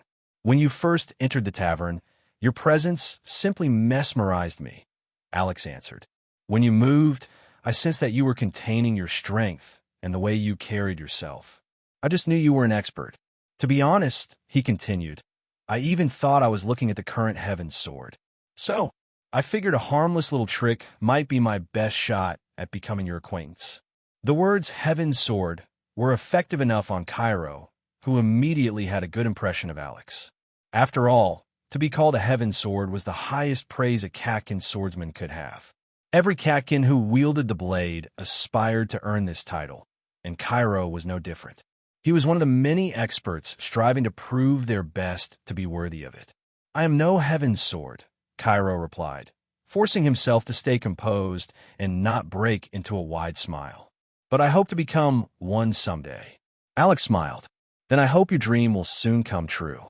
Raising his water-filled wooden mug, he proposed a toast, which the Catkin reluctantly accepted. Cheers to meeting a new friend, Alex said. And cheers to the future Heaven's Sword. The Catkin clinked mugs with Alex and drank the wine that made him sigh in satisfaction. Stardance's Delight truly lives up to its reputation as the cattails and signature wine, Cairo commented before shifting his gaze to the young man who was treating him to such a fine drink. I believe I still don't know your name, human. My name is Alex, Alex replied. Alex Stratos. And this is my friend, Dim Dim. Dim Dim, the dim-sum god waved at Cairo, making the latter smile faintly. What an unusual creature, Cairo stated. Where did you get this pet? Dim Dim is not my pet, Alex corrected. He's my travel companion. Ahem. Dim Dim raised its head, as if to prove Alex's words to Cairo. Funny little thing. Cairo was amused by Dim Dim's act. He decided to let the little guy be, and once again shifted his attention to Alex. My name is Cairo, and I'm a wandering swordsman. Thank you for the gift, but it's time for me to go. If fate wills it, our path will cross again. May fortune favor you in your journey, Alex replied. Dim Dim, the dim-sum god, also waved at the Catkin, telling him to take care of himself. Cairo smiled faintly and took the wine jug before leaving the tavern. When everything was over, Alex sighed. Sure enough, talking to Cairo was nerve-wracking. His heart had been a mess the entire time.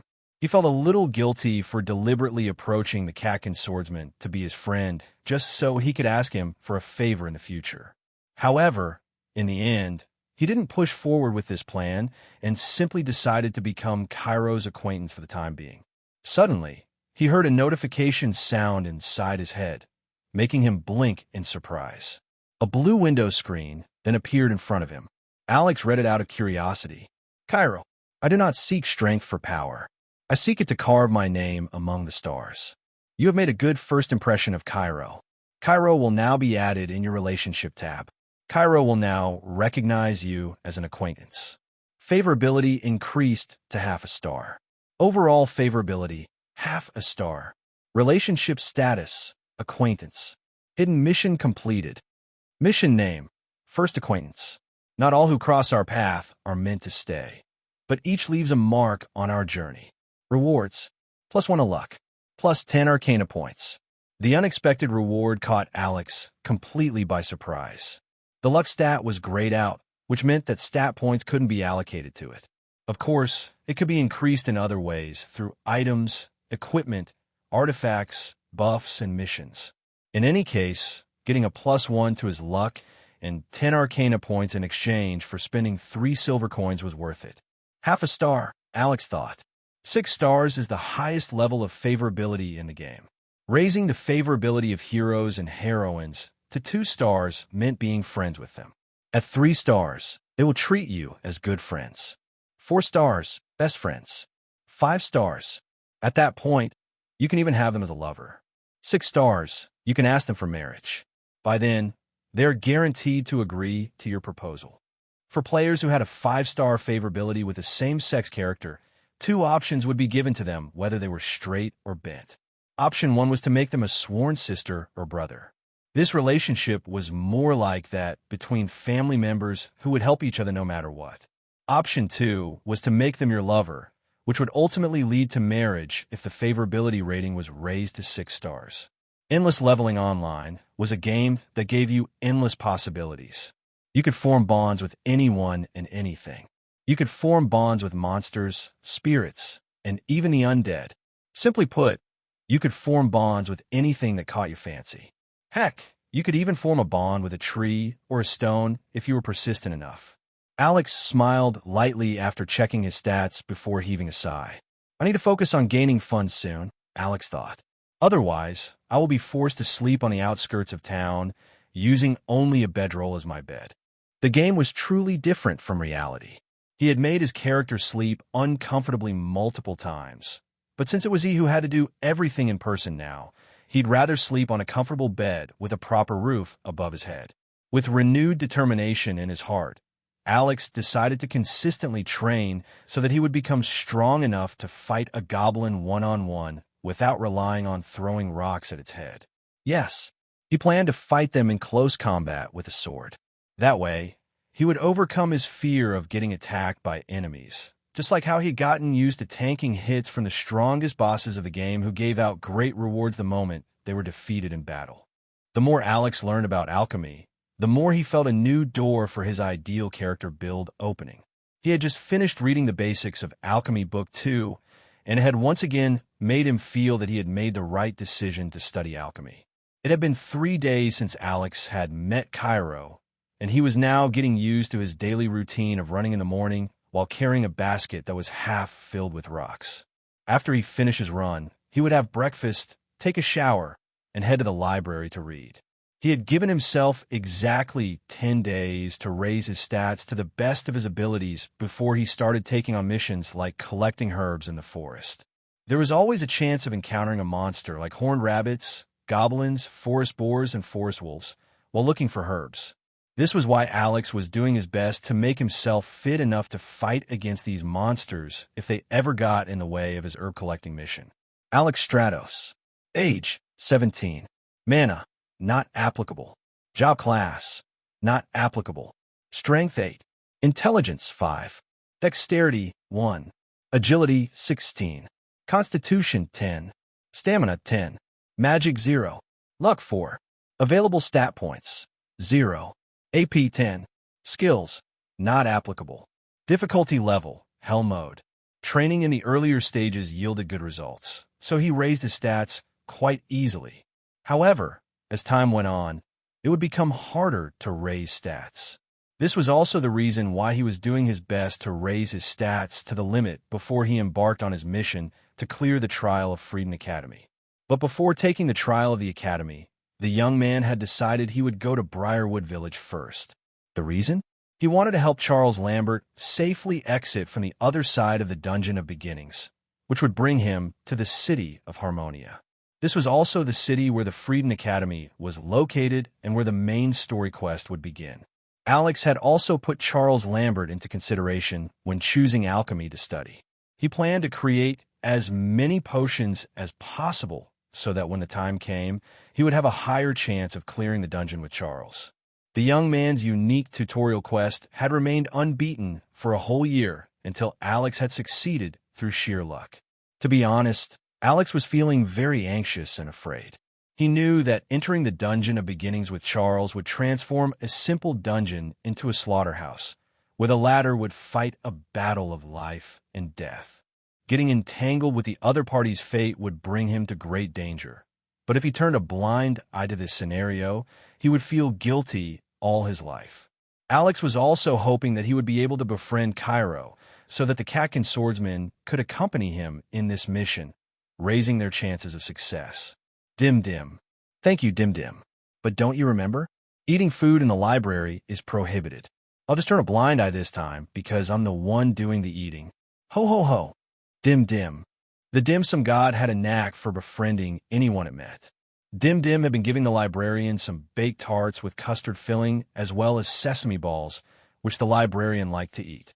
Because of this, she had developed a good impression of Alex and Dim Dim, who always visited the library together. The young man, who had just returned the book, picked up the dim sum god and placed him on top of his head like a small hat. The people in the town of Aloria had gotten used to seeing him walk around town with Dim Dim perched on top of his head, and the kids didn't hesitate to greet their little friend, who waved back at them with a smile. And since the little one was very friendly with the locals, they were also friendly to Alex by association. After eating dinner, Alex returned to his room with Dim Dim. The dim sum god didn't hesitate to jump into the bed to sleep, while Alex opened the magic lamp so he could write a few more things in his diary. This included the locations of the hidden items that he remembered inside the floating forest, where he planned to go after 3 more days of training.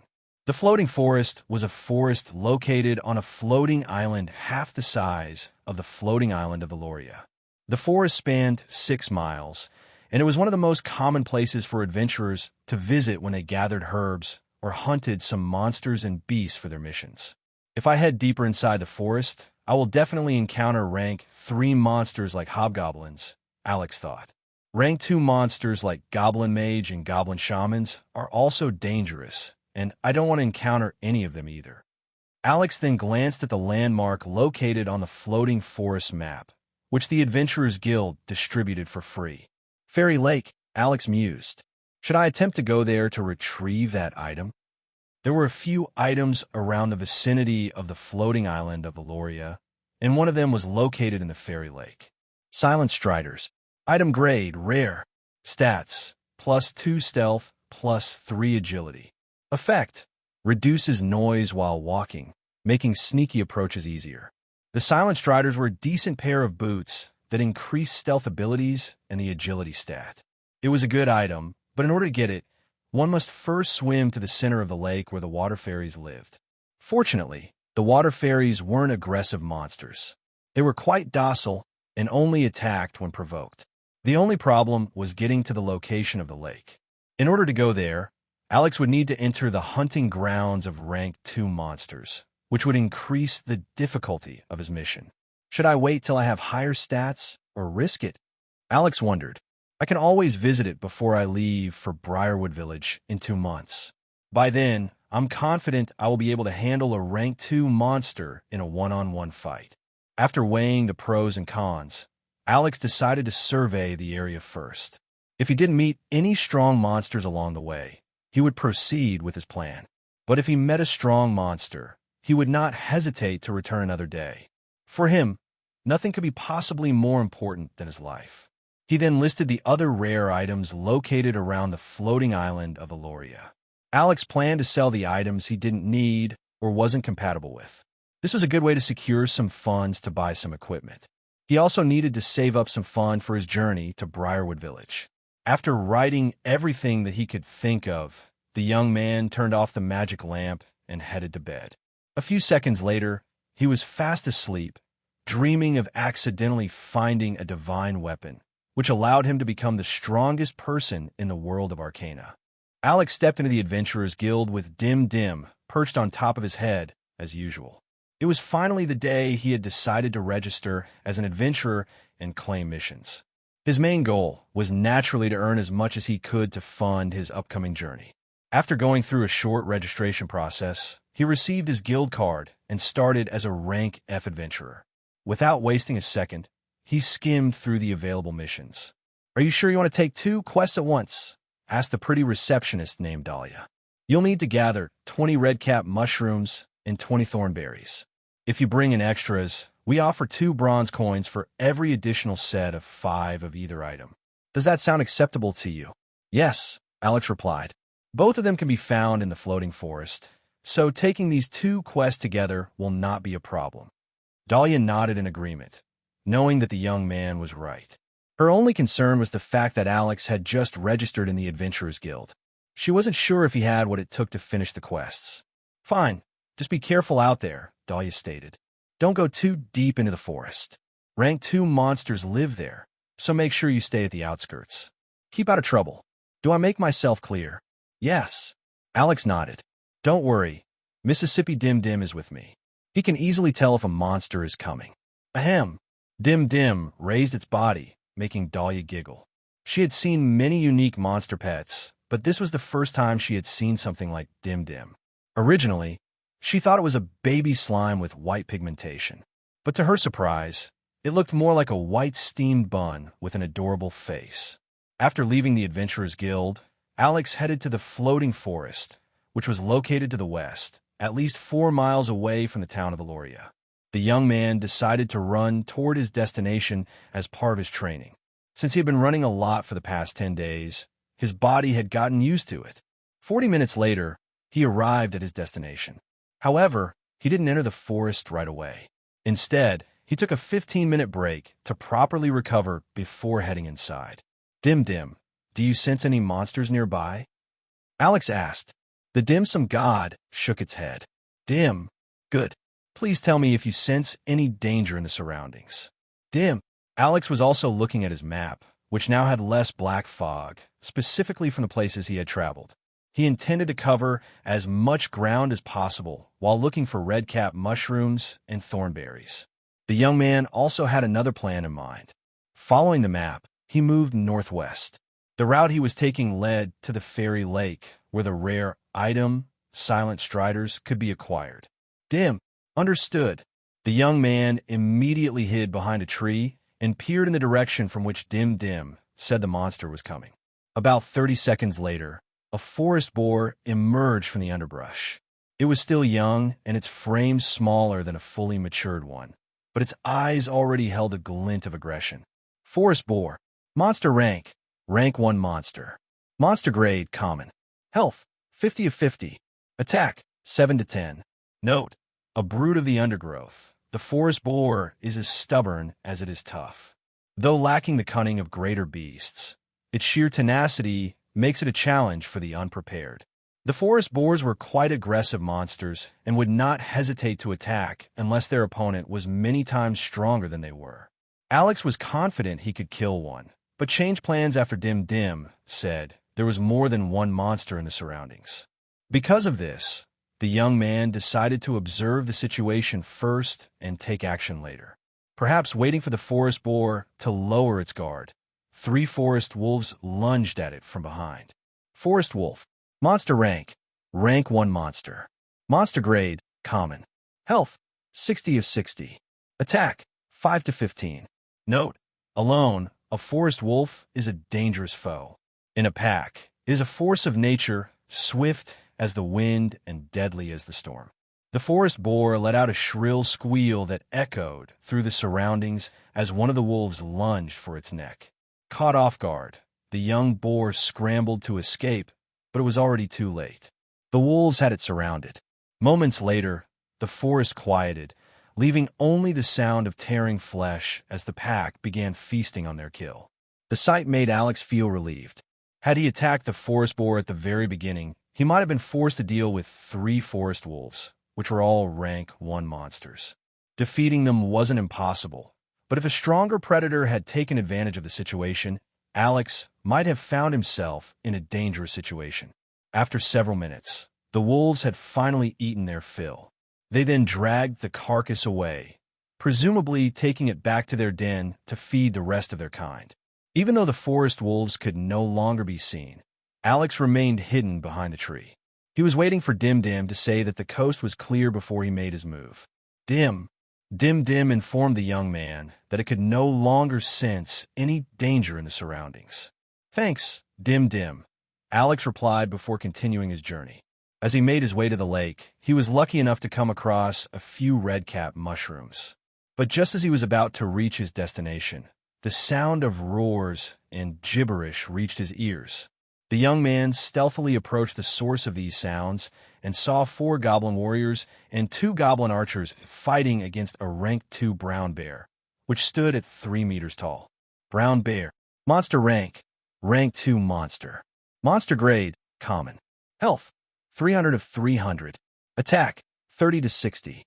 Note: a formidable beast of the wilds, the brown bear is both a symbol of nature's fury and its unyielding endurance. Though it prefers solitude, when provoked, its rage shakes the earth itself. A goblin warrior's cries echoed in the air as the bear's claws tore through its side. Without hesitation, its comrades rushed in, hacking at the beast's thick hide with their weapons. From a safe distance, the goblin archers shot arrows at the bear's head, aiming for the eyes. Given the chaos, their shots missed their target, embedding into its back instead. Roaring in pain and rage, the bear unleashed its primal fury, swiping at its foes with terrifying force. Although the bear was stronger, the enemies were too many for it to fight alone. The two sides exchanged blows, fighting each other to the death. Alex was already holding a sword in his hand, ready to take a chance if an opportunity presented itself. They call this strategy fishing, and those who did it were called fishermen. These were players who let monsters or players kill or injure each other before going for the killing blow.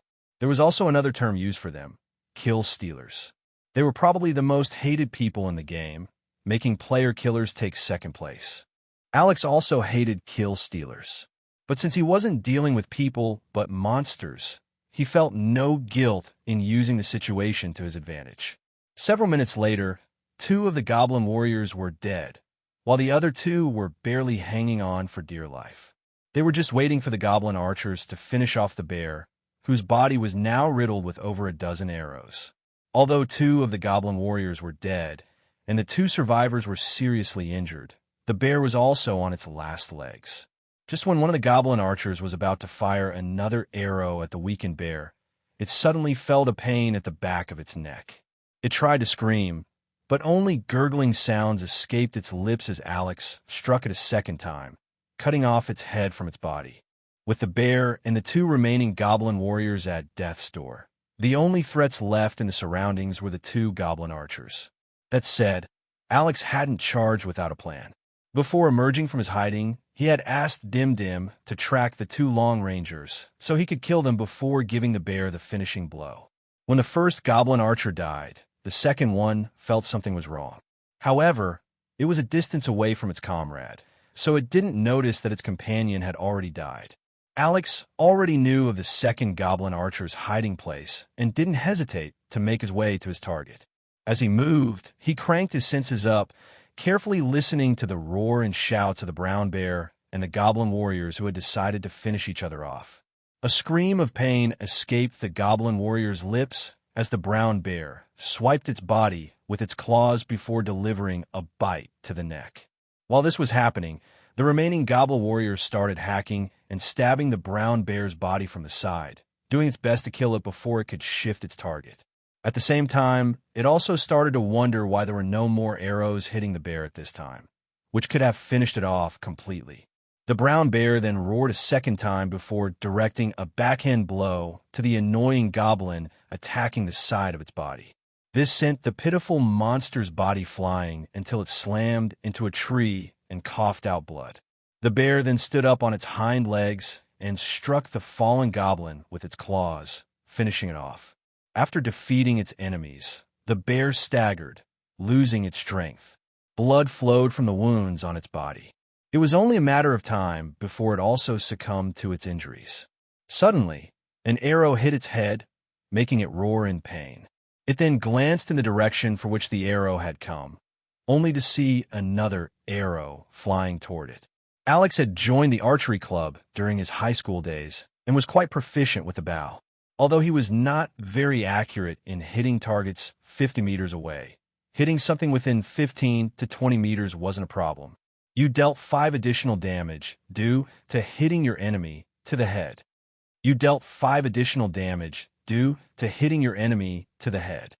Alex gritted his teeth as he knocked his 3rd arrow, going for the final blow. The bear's health points had fallen below 20 points, so he just needed to hit it one more time to get the kill. Paralyzed, the bear could only growl at the young man who suddenly appeared out of nowhere. The moment Alex released the arrow from his bow, it pierced through the bear's mouth, dealing the final blow. You dealt 5 additional damage due to hitting your enemy to the head. You dealt 10 bonus damage due to hitting your enemy 3 consecutive times to the head. The bear's dying roar spread through the surroundings as its body collapsed to the ground.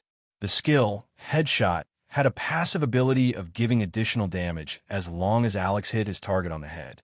This meant that any ranged weapon could trigger the bonus damage, making it a very valuable passive skill for beginners. Level up. Alex ignored the notification and knocked one more arrow to his bow before shooting the goblin warrior, who was lying on the ground not far from him. It was still not dead, and Alex didn't want to take any chances of getting stabbed in the back. Level up. When he was certain that there were no more enemies in his surroundings, the young man finally lowered his guard and sighed in relief. After he had killed the 2 goblin archers earlier, his experience bar had nearly filled up, falling only a little short. Fortunately, the bear was a rank 2 monster and gave a lot of experience points, allowing Alex to level up once, even bringing his experience bar close to his 2nd level up. This was why he leveled up again after killing the surviving goblin warrior, who was only a minute away from death. Knowing that staying in place would be extremely dangerous, Alex niftily approached the brown bear and stuffed its body into his beast pouch. He had spent 5 silver coins to rent this magical item from the Adventurers Guild for 3 days. It was meant to capture large prey that couldn't fit inside storage rings. Hunters often carried a beast pouch when they hunted, as it could store 10 medium-sized monsters like forest wolves and forest boars. It could also store up to 2 large monsters, such as the brown bear. After safely storing his prize, Alex started to cut off the right ears of the goblins, which he would turn over to the Adventurers Guild when he returned to the town of Aloria. He still had the 4 goblin ears he had gotten during his tutorial quest inside his storage ring, bringing him to a total of 10. Each goblin ear was worth 2 bronze coins, while goblin warriors and goblin archers were worth 5 bronze coins each. As for the bear, he planned to let the Adventurers Guild dissect it, so he could sell its body parts and its meat. After looting the goblins of their weapons, the young man made a hasty retreat to a safe place before more monsters appeared in the vicinity. 15 minutes later, Dim Dim informed him that there were no longer any monsters nearby, and he heaved a sigh of relief. Finally, it's time to increase my stats, Alex thought as he opened his status page. He leveled up 2 times, which meant twice the stat points. He split them between strength and agility, which put a faint smile on his face. Alex Stratos. Age, 17. Mana, not applicable. Job class, not applicable. Strength, 10. Intelligence, 6. Dexterity, 1. Agility, 22. Constitution, 12. Stamina, 12. Magic, 0. Luck, 4. Available stat points, 0. AP, 10. Active skills, not applicable. Passive skills, improve stone throw, headshot. Difficulty level, hell mode. I need to add 8 more points to Constitution, and I can get the Shielder job class, Alex thought. His original plan was to raise his agility to 40 and his strength to 20 before pooling his stat points to Constitution so he could change job classes. The Shielder job class didn't give any massive benefits at the beginning, so he wasn't in a hurry to acquire it. Aside from increasing the effect of shield skills by 20%, raising shield defense by 20%, and learning shield skills 30% faster, the Shielder job class had nothing more to offer. Right now, Alex's priority was speed. His playstyle revolved around hit-and-run tactics against his enemies and full-speed retreats when faced with stronger opponents. Alex had chosen to become a glass cannon that hit hard and moved fast, but was very frail when receiving damage. This was where the Shielder job class stepped in. By relying on the defense of shields and other shield skills, Alex could cover his weakness and increase his chances of survival. He was only able to come up with this strategy because he aimed to become a shield savant, which boasted the highest defensive ability in the game of endless leveling online. Just imagine a character that could hit hard, move fast, and tank blows from a boss monster. That was Alex's ideal build, which had previously allowed him to become the 69th strongest player in the global yellow rankings. Dim Dim's danger detection had a decent range, So Alex effortlessly evaded monsters as he made his way to the northwest region of the forest. That said, it crossed the young man's mind that he needed to stop being overly reliant on the dim-sum god, as it might dull his sense of danger. He couldn't be sure that the dim-dim would never be separated from him, and in case that happened, he feared being at a loss for what to do after getting used to being practically spoon-fed warnings. With that in mind, he requested that dim-dim only warn him if their lives were truly in danger. The dim-sum god agreed, and the young man resumed his journey. However, this time, he made sure to pay closer attention to his surroundings, slowing his progress. Alex was fine with that. It was better to develop his own danger sense than to completely rely on outside forces. With determined effort, the young man expanded his senses to his limit. The rustle of the trees, the chirping of the birds, as well as the smell in the air. He made sure to use his sense of sight, smell, and hearing to get a better understanding of his surroundings. Suddenly, he heard a crunching sound in the distance, which made him immediately crouch down and stop moving. As someone who had experience hunting in the forest, the sound he heard was likely someone or something stepping on dried leaves, twigs, and gravel. Although he could be wrong, Alex decided to trust his hunting experience. He gazed in the direction from which he had heard the crunching sound earlier and took out a sword from his storage ring. A faint smile appeared on Dim-Dim's lips because he was quite satisfied with Alex's caution. The floating forest was a place teeming with wild beasts and monsters, so a single mistake could cause serious injuries or worse, death. It didn't take long for Alex to register the sound of footsteps, which was getting louder by the second. Whatever or whoever made those sounds didn't bother putting any effort into hiding their presence in the slightest. Could it be goblins? Alex thought as he gripped the sword in his hand tightly. While he might consider fighting against a goblin in a one-on-one or a two-on-one battle, he would never attempt to attack a group of them together. He had seen how a group of goblins fared against a rank 2 brown bear, and that alone was enough to tell him that fighting a hunting party was a very bad idea. Half a minute later, a group of 3 people emerged from the cover of the trees. Alex felt relief internally, but didn't make any move to make his presence known. Sometimes, humans were more dangerous than beasts or monsters, as one could never be sure whether they were friend or foe. The young man paid extra attention to the equipment of the group. All of them were men, and a single glance was enough for Alex to tell that they weren't a bunch of newbies. One of them was walking with his hand gripping the handle of his sheathed sword, ready to draw it out from its scabbard at a moment's notice. The swordsman's gaze scanned the surroundings for danger, and he was clearly in a vigilant state. Standing behind him was a man wearing a white robe with a staff in his hand. He wore a silver medallion, a dead giveaway of his profession. He was a cleric who belonged to the order of the High Priestess. There were 22 deities in the world of Arcana, with some of them having their own churches. Others had cults like the Deathsworn Brotherhood and the Devil's Covenant, who worshipped the deities representing death and the devil. The symbol of the High Priestess was a crescent moon, and those who belonged to her church wore its pendant as a means to represent their identity. The last person in the group of 3 was a person holding a bow and an arrow. He could be an archer, a hunter, or even a ranger. Just like the swordsman, his hawkish eyes scanned the surroundings before landing on Alex's hiding spot. "Child, what are you doing this deep in the forest on your own?" the archer asked. "It's no use hiding from me. You better show yourself before I treat you as an enemy." When Alex saw the man looking in his direction, he stood up from his hiding place to prevent any misunderstandings. "Sir, I am a newly registered adventurer," Alex replied. "I came here looking for redcap mushrooms and thornberries for the mission I accepted in the Adventurers Guild." "This is a dangerous place," the cleric stated. "The hobgoblins and the orcs are currently active in these parts. You should return to the outskirts of the forest. It's safer there.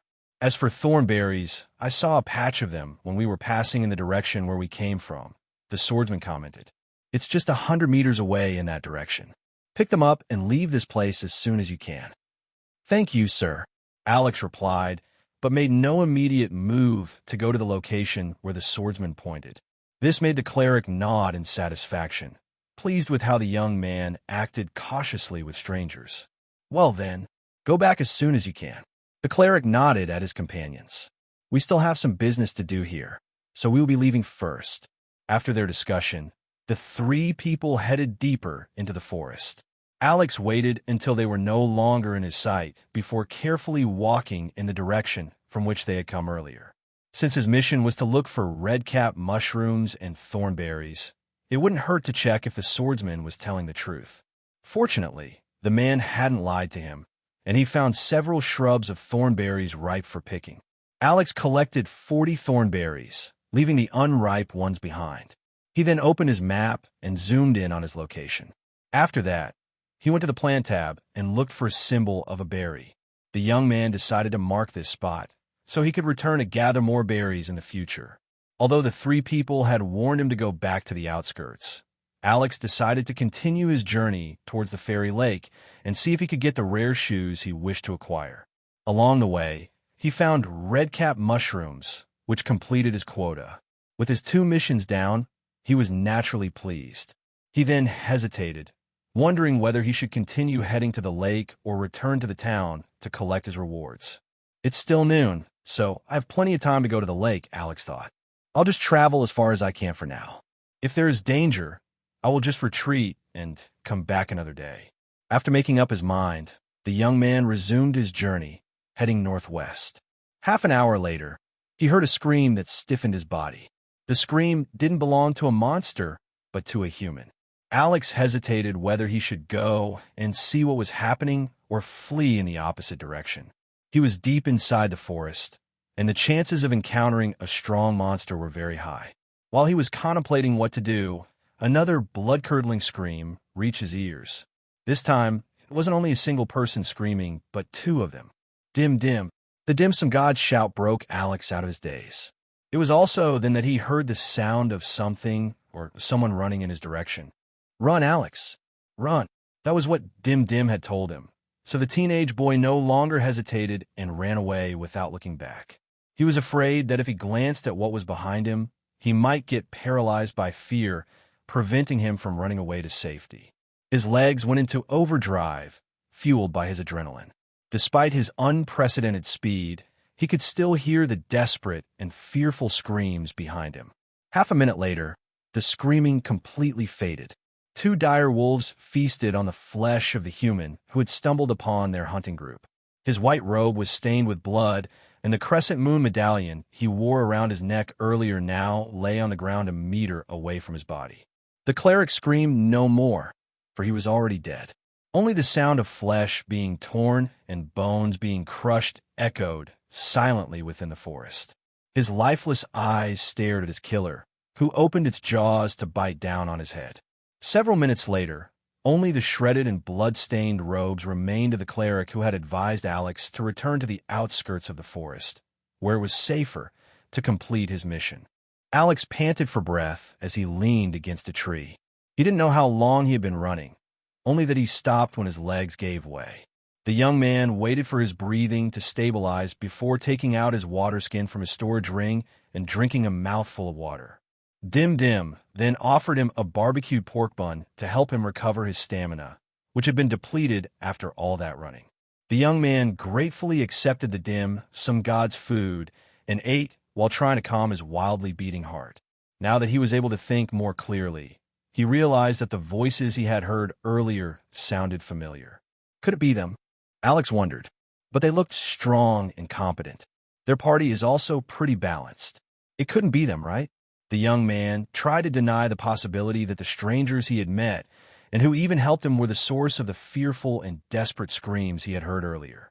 But Alex wasn't someone who turned a blind eye to reality. I just hope at least one of them survived. Alex sighed. I was too reckless. Perhaps if those 3 hadn't delayed my journey, I might have been the one who encountered whatever monsters they faced. The mere thought of facing monsters that even a well-rounded party of 3 was unable to deal with made the young man shudder. It's no use thinking about these things, Alex thought. I guess I won't be getting the Silent Striders anytime soon. His life was more important than a rare item, so the young man shelved his plans of going to the fairy lake for the time being. After recovering some of his stamina, Alex decisively left the forest to return to the town of Valoria. As much as he didn't want to admit it, He was still shaken from the gruesome incident earlier. A few hours later, "Are you okay?" the pretty receptionist, Dahlia, asked the young man, whose face looked a little pale. "Yes," Alex replied as he handed the red-cap mushrooms and the thornberries he had gathered from the forest. Dahlia inspected them to make sure that they were in good condition as per the client's wishes. After checking that there was nothing wrong with the items, she asked for Alex's guild card. Dahlia then updated his information and stamped the 2 quests he had claimed as completed. At the same time, the young man heard a notification inside his head. And, just like always, a blue window screen popped up in front of him. Mission: Gathering red-cap mushrooms completed. Reward: 10 Arcana points. Mission: Gathering thornberries completed. Reward: 10 Arcana points. The rewards he received from the system for completing the 2 missions were separate from the rewards he would receive from the Adventurers Guild. Every mission that Alex took would give him some Arcana points, which he could use to buy items from the Arcana shop. Unfortunately, the cheapest item in the store cost 100 Arcana points, and the young man only had 30 of them at the moment. Alex felt a bit better after gaining some AP from his first adventure in the floating forest. Since you gathered 40 thornberries, you will receive 8 additional bronze coins for your trouble. Dahlia smiled as she placed the 2 silver coins and 8 bronze coins on the money tray. Please confirm that you have received the proper amount for your quests. Herb hunting was not a high-paying job, but it was one of the most common jobs that a novice adventurer got when starting out. Although the pay wasn't that high, completing 5 of these missions would allow them to increase their adventurer rank. Now that Alex had completed 2 of them, he just needed to complete 3 more quests, and he would become a rank E adventurer. "I would also like to exchange goblin ears," Alex stated as he took out a pouch that contained the 10 goblin ears. Dahlia wasn't too surprised at the sight of goblin ears, because it was common for adventurers on herb-gathering missions to encounter these creatures in the forest. "Did you kill them by yourself?" Dahlia asked in curiosity. "No," Alex replied honestly. "They fought against a rank 2 brown bear. I just took the spoils from their dead bodies." "And what happened to the brown bear?" "It died from its injuries. I also have it with me. Can I have it appraised and dismantled by the guild?" "The dismantling fee will be 20% of the beast's value. Will that be acceptable to you?" Dahlia inquired. "Yes, please," Alex answered. Right now, he didn't have any dismantling skills, so it would be best to leave the brown bear to a professional. The goblin ears he handed over were worth 4 silver coins and 1 bronze coin. 6 silver coins and 9 bronze coins, Alex thought. This could cover 10 more days of rent in the inn. I hope the brown bear is worth more. Alex then followed Dahlia to the dismantling facility, where he took out the bear from his beast pouch. The dismantler gave the bear an appraising look, not minding the arrows that stuck out of its body. It's quite unfortunate that the fur is badly damaged, so it cannot be used as a bear rug, the dismantler pointed out. Bear meat is also not popular, so we can't give you a high price for it. But the claws and teeth can be used as materials for weapons, so it's not that bad. After some calculations, the dismantler said that the guild could give Alex 5 gold coins for the bear, which surprised him. They had already excluded their own share, so the young man would be getting the 5 gold coins without any deduction. Seeing his surprised expression, the dismantler chuckled and explained why the price was a little higher than Alex expected. The bear hide can still be used to craft leather armor and equipment, the dismantler explained. Although it's damaged in some places, there's still a good chunk of it that can be used. The claws of the bear can be used in weapon crafting, while its teeth can be used to craft enchanted necklaces. Some tribes like to buy bear teeth because they consider bears one of their spirit beasts, which adds to their value. The young man happily accepted the 5 gold coins, which were equivalent to 10 silver coins each. He now had a total of 5 gold coins, 12 silver coins, and 9 bronze coins, which was more than the starting funds he had received after arriving in Arcana. With this, Alex felt more comfortable about his expenditure in the town of Aloria. As he headed towards the Cattails Inn, the young man saw Cairo headed the same way. "Cairo," Alex called out to the Catkin swordsman, which made the latter look in his direction. "Alex," Cairo greeted with a smile. "It's been a while. How are you?" "I just returned from completing my first missions in the Adventurers Guild," Alex answered. Are you headed to the Cattails Inn? Yes, Cairo replied. I need a drink. Life has been so hard as of late. Perfect. How about I treat you to another jug of Stardance's delight? Cairo hesitated, but since Alex seemed really sincere, he decided to accept the young man's offer. When they arrived at the inn, Alex ordered food and drinks for the three of them. While waiting for their food to come, Cairo asked what kind of mission he had accepted from the guild. The young man then told the Catkin swordsman about his experience in the floating forest, including the incident still fresh on his mind. You did the right thing, Cairo said after listening to Alex's story. As an adventurer, you must be prepared and vigilant all the time while you're on mission. Alex, you're still too weak right now. The only one you can afford to save is yourself. Maybe when you're stronger, you can try to save others. But for now, you don't have the qualifications. Dim Dim silently ate the cheese on its platter as it listened to Cairo's statement. The dim sum god also agreed that Alex was still too weak to save anyone, at least for now. Had he hesitated and stayed for even just a couple of seconds longer back in the forest, he might have already perished then and there. Alex had nothing to say against the Catkin's comments. Although he was confident about defeating a goblin in a one-on-one battle, he wasn't as strong as the veterans he had encountered today. Not to mention, there were three of them, yet they were still defeated. Helping them would have done nothing, but add one more carcass for the wolves to collect. Seeing the young man quieted down, the swordsman scratched his head before sighing. I have to handle business for my tribe in 2 days, but I'll be here in the Loria until then, Cairo said. Do you want me to teach you how to use a sword? Alex didn't register the Catkin's words right away. He even thought he had misheard him. But seeing the serious look on Cairo's handsome face, he knew that the other party truly intended to teach him the ways of the sword. Please, Alex replied. Teach me how to use the sword. Good. Cairo nodded. I know you train every day by running around the town, so meet me here tomorrow at 9 in the morning. If you're late, I will leave. Do I make myself clear? Loud and clear. Alex answered. Cairo was the future heaven's sword of the Catkin tribe. By common sense, being taught by him meant Alex would learn sword skills faster and solidly. His main goal was to be a shield savant, but that didn't mean he had no use for sword skills. The world of Arcana revolved around the concept of endless possibilities. In other words, one's profession didn't matter, and anything could be learned. Of course, learning a new skill within the same profession was easier since the fundamentals were similar and the foundation required was identical. The concept was the same with casting spells without magic affinity. Absorbing magic crystals could unlock the magic stat, but since it didn't come naturally, one would always be at a disadvantage compared to those born with the ability to wield magic. After discussing the important matters, the two ate and drank. They no longer talked about what had happened in the forest, because what was done was done. The young man returned to his room after parting with Cairo.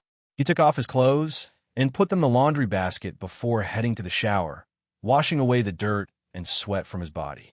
While the young man was taking a shower, Dim Dim jumped on the window and greeted a little angel holding a bow in his hand. How are you doing, Dim Dim? Cupid asked his friend. Dim Dim replied. That's good to hear. Cupid smiled. So, what do you think of Alex? Dim. Well, Ariel chose him for a reason. Did you know? Lily and I have to kidnap. Invite him politely to come here to Arcana. I'm glad that the two of you are getting along. Dim Dim. The two friends chatted before the angel, sensed that Alex was about to return to the room. He then gave Dim Dim a pouch of candies before turning into particles of light, returning to the celestial realm. The dim sum god then took out a candy from the pouch and ate it happily. Were you talking to someone earlier, Dim Dim? Alex asked as he got out of the bathroom, wiping his hair with a towel as he walked. Dim Dim shook its head. Dim, I see. Alex blinked. I might have just been hearing things then. After making sure he had properly dried himself, the young man took out some clothes from his storage ring. Maybe I should buy more clothes, Alex thought. He only had 2 sets of clothes right now. If it hadn't been for Dim Dim's ability to magically clean his clothes with its powers, Alex would have bought more clothes as laundry was a hassle. Now that he had some extra funds, he decided to buy some clothes meant for travel, as well as clothes meant for going on adventures in places like the floating forest. Do you want to go with me to buy clothes? Dim Dim? Dim Dim. The dim sum god then offered Alex a candy, which the latter gratefully accepted. The little one then jumped on top of Alex's head, landing softly like a feather. It proceeded to take another candy from its pouch before munching on it with a satisfied look on its innocent face. After locking his room, Alex left the inn to go to the clothes store. "Welcome. Oh my, what a handsome young man you are," the saleslady said with a smile. "Are you here to look for some clothes that will fit your good looks?" Alex smiled faintly, understanding that the saleslady was merely flattering him to beguile him into buying more clothes from her store. The store was meant for the commoners, so the prices of the clothes weren't as expensive as shops that made clothes for nobles. But since he needed a few sets, he asked the saleslady to recommend some resilient clothes meant for traveling. He had earned quite an amount from his first 2 missions, but his funds were still limited. With that in mind, he chose the cheapest clothes, making the saleslady giggle. The cheapest clothes in her shop cost 2 silver coins apiece. The ones meant for traveling were a tad bit more expensive, costing 3 silvers apiece. 2 pairs of underwear could be bought for a silver coin, which Alex deemed fair considering the quality. After careful consideration, he decided to buy 3 traveling clothes, 3 casual clothes, and 4 underwear. Thinking he might also need hooded capes, he bought 2 of them as well. "Thank you for the purchase," the saleslady said. "Come again next time." Alex placed his purchases inside his storage ring after paying for them. All in all, he spent 3 gold coins and 6 silver coins on his clothes. The young man felt his wallet ache. He had spent so much time and sweat to earn his funds, yet most of them vanished so quickly in just a single shopping expedition. He was now down to 2 gold coins and 9 bronze coins. Maybe I shouldn't have splurged during lunch. Alex sighed. Well, I still gained something priceless. The value of being Cairo's student far surpassed everything he had spent to treat the Kakin so far. In light of everything, Alex considered it a giant profit. Now that he was done shopping, Alex decided to head to the library to read before nightfall. He wished to gain as much knowledge as he could about alchemy, so he could start collecting herbs and plants inside the floating forest for his own personal use. The next day, before we start, I want to know your current fighting style. Cairo lifted the wooden sword with ease, settling into a loose stance. Attack me. No need to hold back. After adjusting his grip on the wooden sword's handle, Alex charged at the Kakin. Once he was in range, he didn't hesitate to slash from the side, targeting the Kakin's waist. Cairo easily blocked his attack, but the young man wasn't done yet. He unleashed a series of sword strikes, while the Kakin blocked, dodged, and deflected all of his attacks. The spar lasted for 10 whole minutes before Alex stopped and panted for breath. Cairo didn't attack him even once during their exchange, so he went all out and unleashed everything he got. Only when he completely exhausted himself did he stop his attacks, kneeling on the ground as he struggled to catch his breath. As expected, Cairo declared, "You suck big time." Dim Dim giggled after hearing the Kakin's comment, while Alex only sighed helplessly. "But don't worry," Cairo patted the young man's shoulder. "I'm sure that after I'm done with you, you'll be able to memorize the basics. Stand up. We're going to start." Alex nodded and accepted the Kakin's hand, which pulled him up. "The first thing you need to learn is the stances of swordsmanship," Cairo said. "This is the basics of basics, and although sword masters add their own unique twists on it, most of them follow the same base." The Kakin tightened his grip on the wooden sword and leveled the blade in front of him. It hovered just above his waist, angled slightly forward. He stepped forward with his right foot, his stance solid. The left foot was behind, giving him balance and control without sacrificing mobility. "This is called the middle guard," Cairo explained. "It's a balanced stance that can keep your opponents at bay. From here, you can strike or defend, depending on the situation. The foot you set in front must be the same as your dominant hand. If you're ambidextrous, just choose whichever is more comfortable." Cairo paused, allowing Alex to digest the words he had just said. "Make sure to hold your sword firmly, so your opponent wouldn't be able to knock it away," Cairo continued. "In a sword fight, the moment you lose your weapon is the moment you lose your advantage. You'll be lucky to get away with serious injuries. If you're not, then you already know what will happen. The catkin made a gesture of slicing his neck with his thumb. Alex nodded in understanding. Cairo then raised the sword over his head as he changed his stance. This is called the high guard, Cairo said. As you can see, this stance is meant for powerful downward strikes. It can be used to intimidate your opponents, but the downside is that it leaves your lower body open for attacks. Cairo then lowered his sword and pointed it down to the ground, holding it firmly. This is called the low guard stance. It's meant for quick upward strikes and defensive movements, Cairo explained. This is also the most deceptive stance of all, since it can bait your opponents into attacking you, allowing you to unleash a counterattack. The downside of this stance is that you'll have limited attack options aside from quick upward strikes and stabs. You are also vulnerable from overhead strikes. Once again, Cairo shifted into middle guard, the most balanced stance of the three and perfect for both quick attack and defense. You need to master these stances first so you can figure out which one to use in different situations, the catkin went on. Most people think sword fighting is just about swinging the blade, but that's only half of it.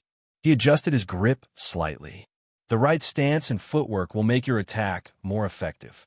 The catkin then asked Alex to take the high guard stance and practice doing a downward strike.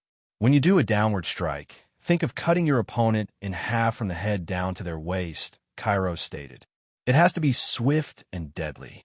If you're stronger, this strike will still throw your opponent off balance, even if they manage to block it. Frankly, you lack strength. During our spar, it's clear that you're the kind to rely more on speed than power.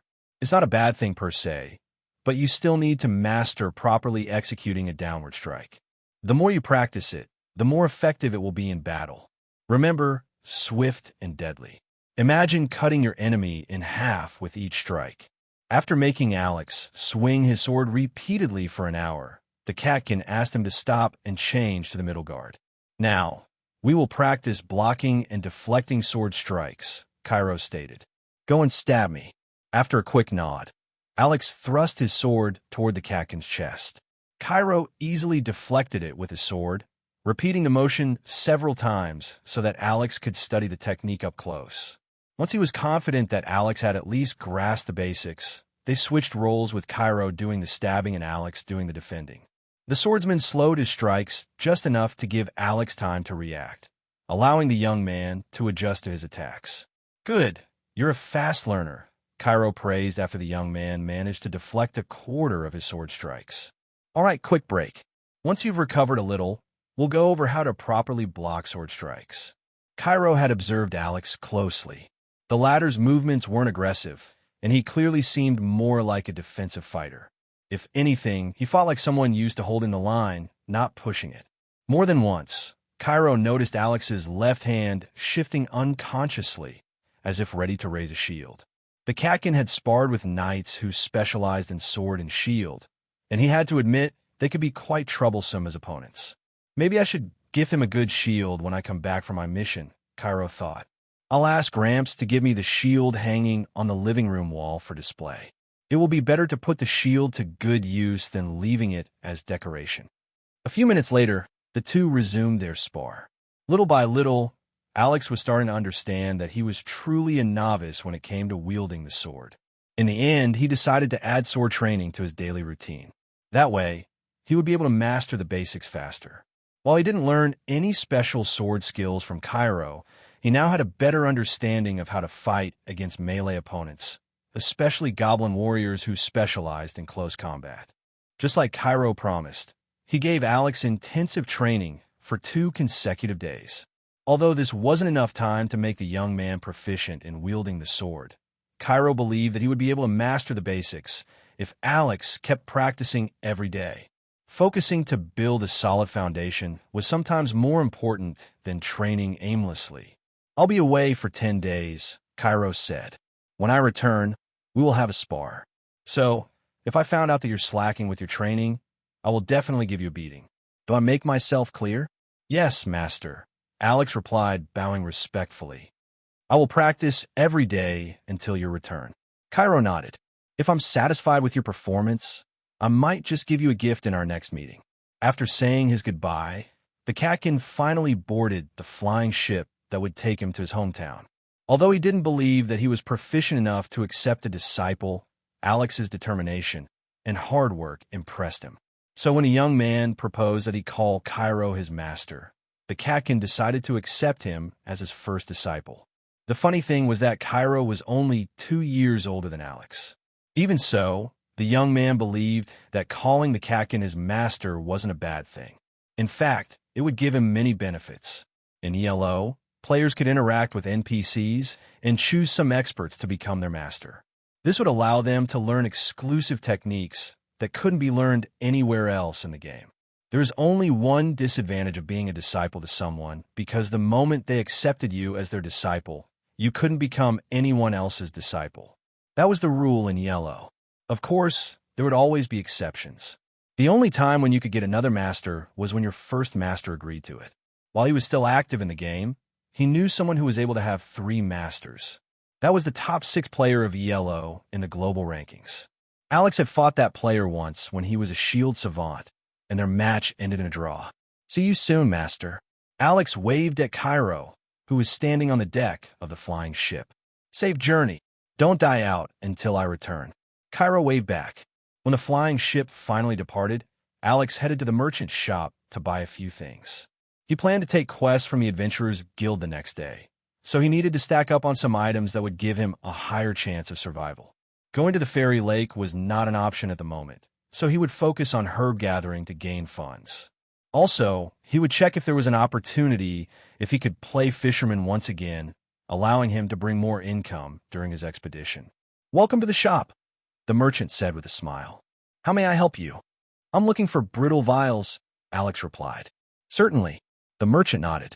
"That will be 1 bronze coin apiece." "I'll get 20, please," Alex replied.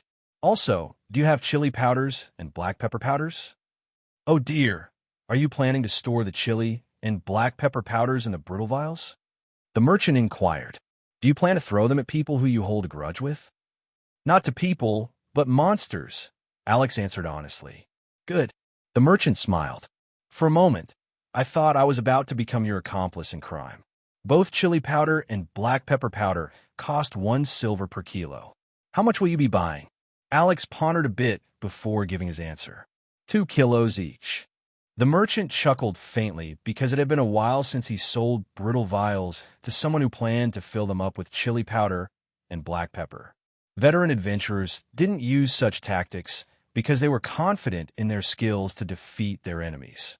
Even newbie adventurers rarely use such a tactic because they didn't have enough funds to use homemade bombs for their missions.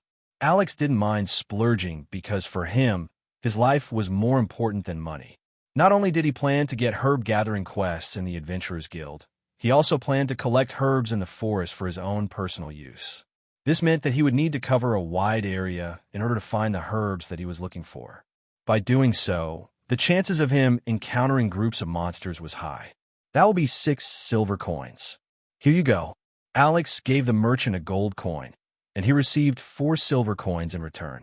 His funds had dropped to 1 gold coin and 4 silver coins, so he needed to start taking quests to earn some money.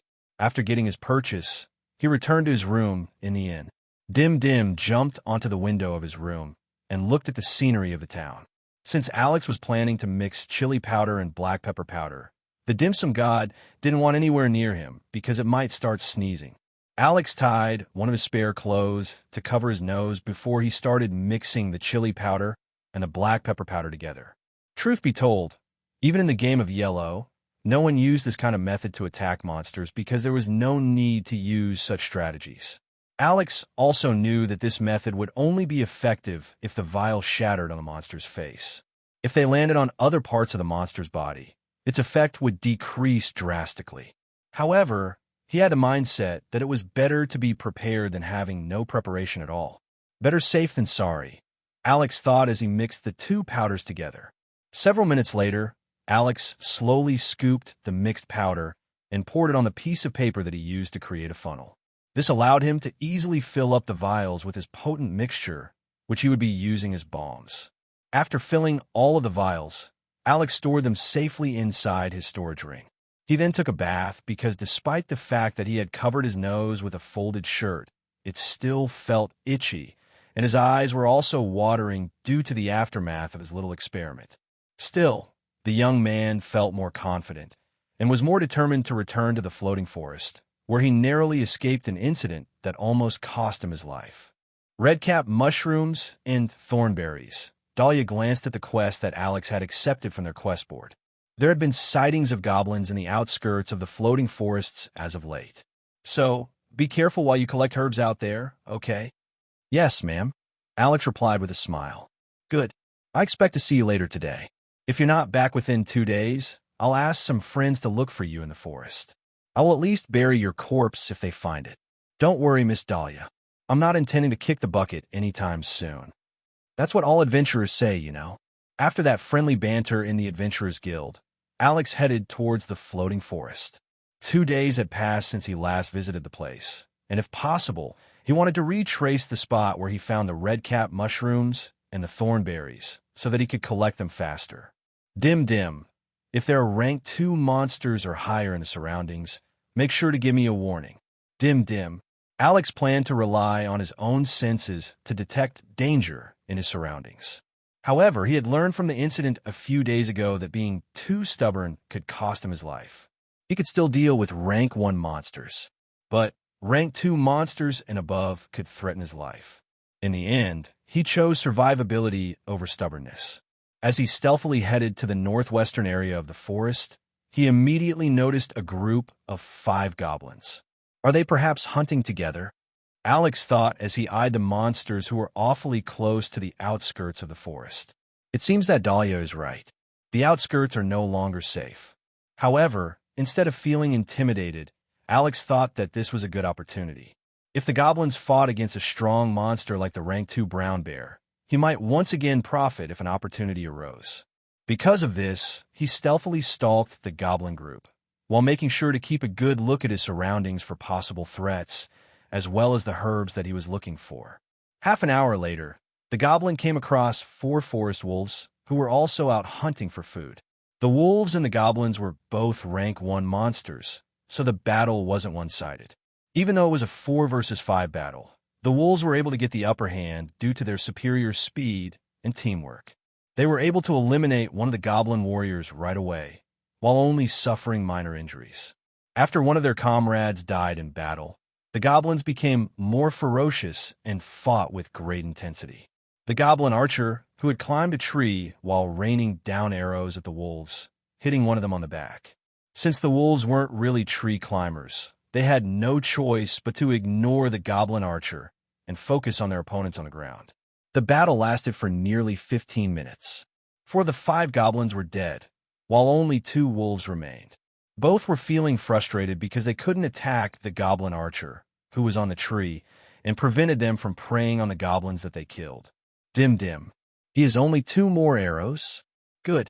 Alex, who had watched the battle from start to end, was also waiting for an opportunity to strike.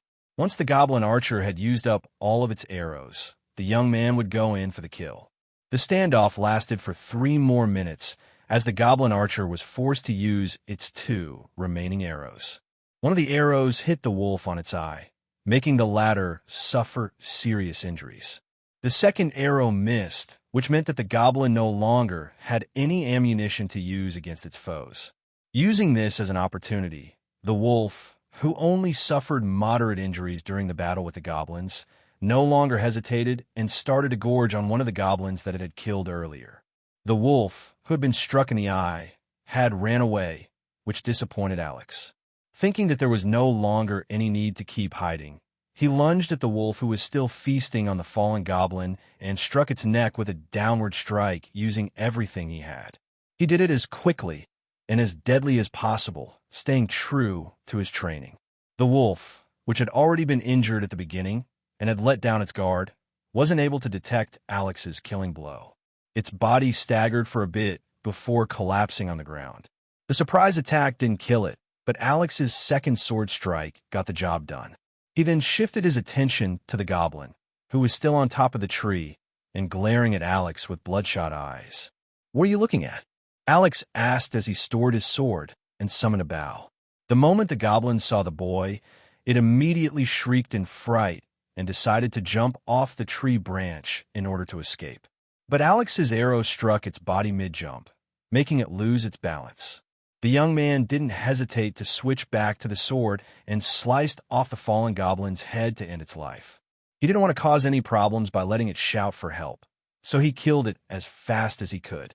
The young man understood that he couldn't stay long, so he stored the bodies of the dead wolves in his beast pouch and started to cut the right ears of the goblins. Once that was done, he didn't hesitate to leave the place and return to his herb-gathering mission. Half an hour later, he met with two teenagers who were also gathering herbs like him. One of them was a girl, and the other was a boy. Alex had seen them in the Adventurers Guild a few times, and the two also recognized him. "Don't go further," the young lady warned. "The dire wolves are prowling that area. There are over a dozen of them, so we decided to leave." Dim Dim nodded, as if to affirm that the young lady was telling the truth. Because of this, Alex heeded her advice and also left the area. "By the way, my name is Annie," the young lady said with a blush because Alex was quite good-looking, "and this is my neighbor, Ronnie." Ronnie wasn't too happy that his childhood friend seemed to have become smitten with the young man they just met. Because of this, he didn't bother to reply and simply grunted. Annie was a herbalist, while Ronnie was a swordsman. The teenage boy always accompanied the young lady whenever she went to the floating forest to collect herbs as her bodyguard. While the three were talking, wolf howls reverberated in the forest, making the three of them head towards the outskirts of the forest as fast as possible. They also noticed a few more adventurers doing the same. Clearly, whatever was happening inside the forest wasn't a good thing, and no one wanted to be in the middle of a turf war between the dire wolves and whatever monsters they were planning to fight. After the three of them had safely left the forest, Alex bid his two new acquaintances goodbye. But of course, Alex wasn't planning to waste a day. He wouldn't return just yet. "Since the conflict is in the northwest, I'll just go to the east," Alex thought as he made his way to the eastern outskirts of the forest. He wanted to cover as much ground as possible. This way, he could map the outer perimeter of the forest, allowing him to see monsters prowling in the locations he had visited once. Dim Dim hadn't said anything either, which meant it hadn't sensed any danger in the surroundings. 2 hours later, Alex successfully found an area filled with redcap mushrooms, allowing him to reach his quota. However, he hadn't seen any thornberries, making him sigh in regret. Just as he was planning to dive a little deeper to look for the elusive berries, Dim Dim suddenly warned him. "Dim!"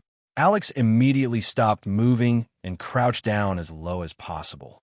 Dim Dim told him that there was a lone rank 2 monster approaching his location. The young man hid first, wanting to know what kind of monster it was. If it could be defeated, he would try to fight it. Otherwise, he would stay away and leave the forest for the day. Soon, a nearly 2-meter-long red-eyed, zebra-jumping spider entered his vision. Red-eyed, zebra, jumping spider. Monster rank, rank 2 monster. Monster grade, common. Health, 200. Attack, 20 to 50. Note, this predator of the deep woods brings inescapable death to those weaker than it. The moment you see it, it has already leaped, and by then, it is far too late. Alex wasn't good with spiders, especially the big and hairy ones. He read the information, and he wasn't confident that he was strong enough to defeat it. Based on the TV documentary he had watched in the past, jumping spiders weren't really aggressive to humans. But when the jumping spider was nearly 2 meters long, the possibility of humans being part of their diet was really high. **T. Alex's entire body tensed, knowing how fast these spiders could move. Not to mention, it was a rank 2 monster, making it a very dangerous opponent. Of course, it was still possible to defeat it, but Alex wasn't too keen on facing a creature that gave him goosebumps. The young man's body tensed as adrenaline pumped through his body, currently in fight or flight mode. Alex observed the jumping spider carefully, preparing for what it might do next. Given the current situation, being forced to fight with his life on the line was not far off as an option. The tense standoff dragged on for nearly half a minute before the monster, suddenly, turned its head toward Alex. Its 8 eyes locked firmly onto him, and in that moment, he knew there was no more hiding. When the spider crouched down in preparation for a jump, Alex swiftly took out one of his brittle vials, which he had filled with a mixture of chili powder and black pepper. Everything happened so fast. Before he knew it, the vial had already left his hand, and the spider was already mid-air, having leapt from its spot. Alex didn't pause to check if the vial had hit its mark. He quickly dove to the side, tried to avoid the monster that had locked onto him. A second later, a heavy thud sounded as the spider landed in the area where he originally stood. One of the spider's front legs was stained red, enough for Alex to assume the vial had hit the monster mid-jump. Unfortunately, since it had only struck the leg, the attack had barely done any real damage. The spider didn't hesitate. In the blink of an eye, it sprang forward, its 8 legs blurring as it closed the distance between them. Alex threw himself to the side, rolling behind a nearby tree just as the monster crashed into where he'd been a moment before. With the creature's speed, running wasn't even an option.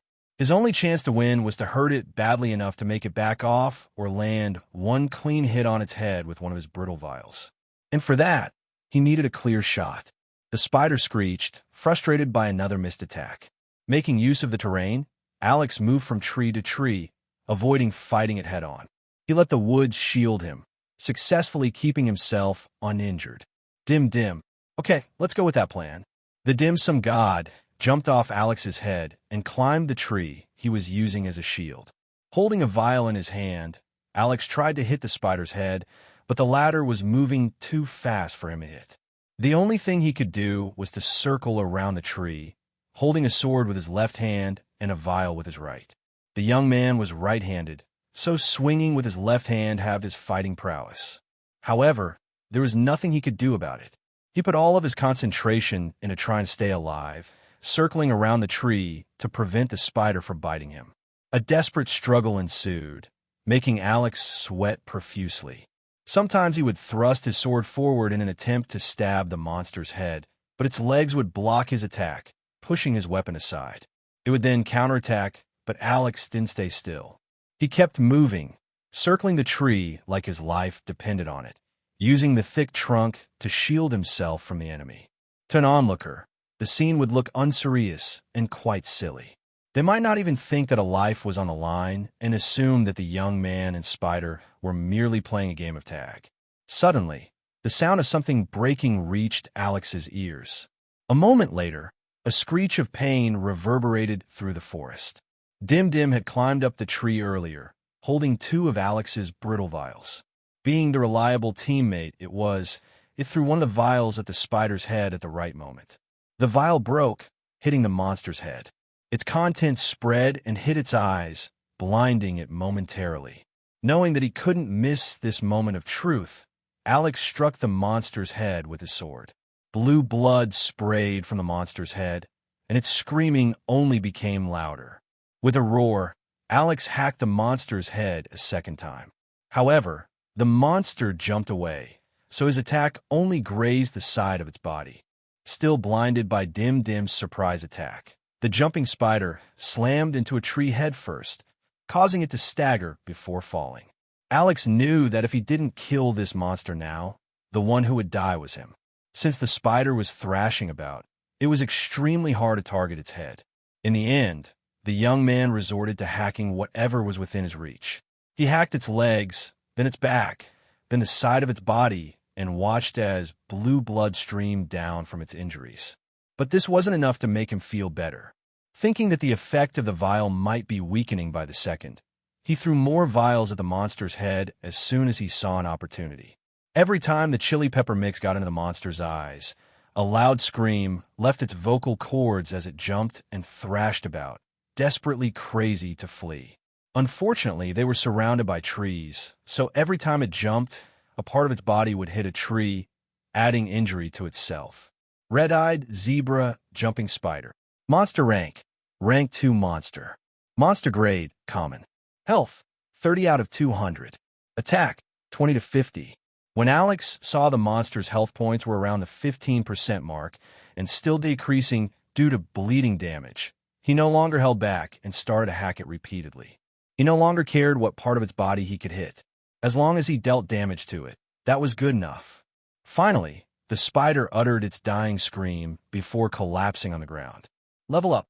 Alex didn't even bother inspecting the monster's body, directly storing it inside his beast pouch. Without hesitation, he dumped all of his stat points into agility before running away. Leaving the forest was his top priority, especially since he was certain that his battle against the jumping spider had caught the attention of monsters in the area.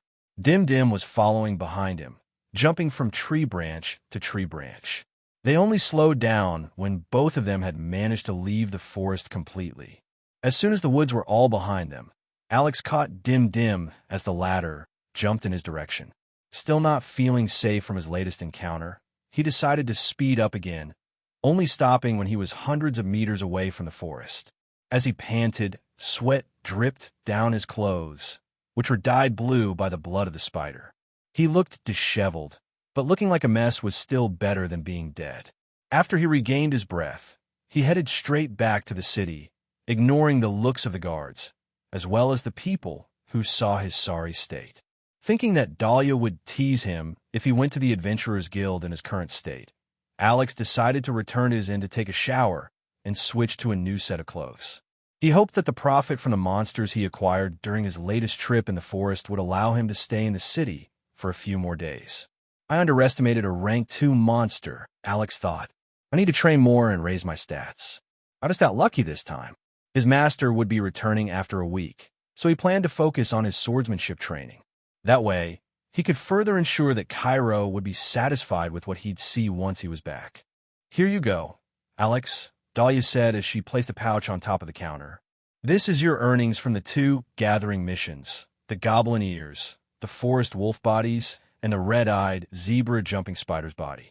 The young man thanked Dahlia and checked the contents of the pouch. I hope I at least earned 5 gold coins after all that trouble, Alex thought as he opened the pouch. As soon as he saw its contents, he immediately closed it and stuffed it into his storage ring. You gained 10 gold, 3 silver, and 5 bronze coins. With the notification screen confirming what he saw, it finally dawned on him that he wasn't imagining things. Dahlia couldn't help but giggle after seeing Alex's reaction. His dumbfounded expression made him look like a country bumpkin who had earned a sum like this for the first time. The receptionist then gestured for Alex to come closer, wanting to whisper something in his ear. The 3 wolves are worth a gold coin each, Dahlia murmured, and the spider is worth 7 gold coins. I'm telling you this so you'll know the prices in the future. But you shouldn't hunt rank 2 monsters until you're truly ready to face them. I don't want you dying anytime soon, okay? The receptionist then pulled back and winked at Alex before asking for the next adventurer to come forward. News of the teenage boy returning to town with his clothes covered in blue blood had already reached the Adventurers Guild, so Dahlia knew the young man must have done something reckless again. Knowing the young lady's words were a subtle reprimand, Alex left the Adventurers Guild and headed to the clothes shop, intending to buy some new clothes. The spider's blood was quite difficult to wash off, so he decided to just throw the clothes away and buy new ones. Since he had earned quite an impressive amount, he decided to buy 3 sets of traveling clothes, which cost him 18 silver coins. While he was at it, he also purchased 3 sets of casual clothes, which cost him an additional 12 silver coins. Alex didn't feel bad about it, because it was a necessary purchase. Spending the amount he did was much better than running out of clothes to wear in the middle of a journey. He then took a stroll on a market with Dim Dim, buying meat skewers at the food stalls as a reward for defeating the spider that had almost killed him. Since he had enough funds for the time being, he decided to wait for his master's return instead of claiming more gathering missions and going to the floating forest to gather herbs. Have you heard the news? The monsters in the forest have been getting active recently, one of the people in the marketplace said to his friend. Yeah, one of my friends was barely lucky enough to escape from a group of goblins led by a hobgoblin, a chubby person replied. That was really a close call. Fortunately, he escaped before they noticed him. I just hope there won't be a stampede. By the gods, can you not say something like that? The last thing we need is a monster stampede. Sorry. Alex frowned as he listened to the discussion of the people around him.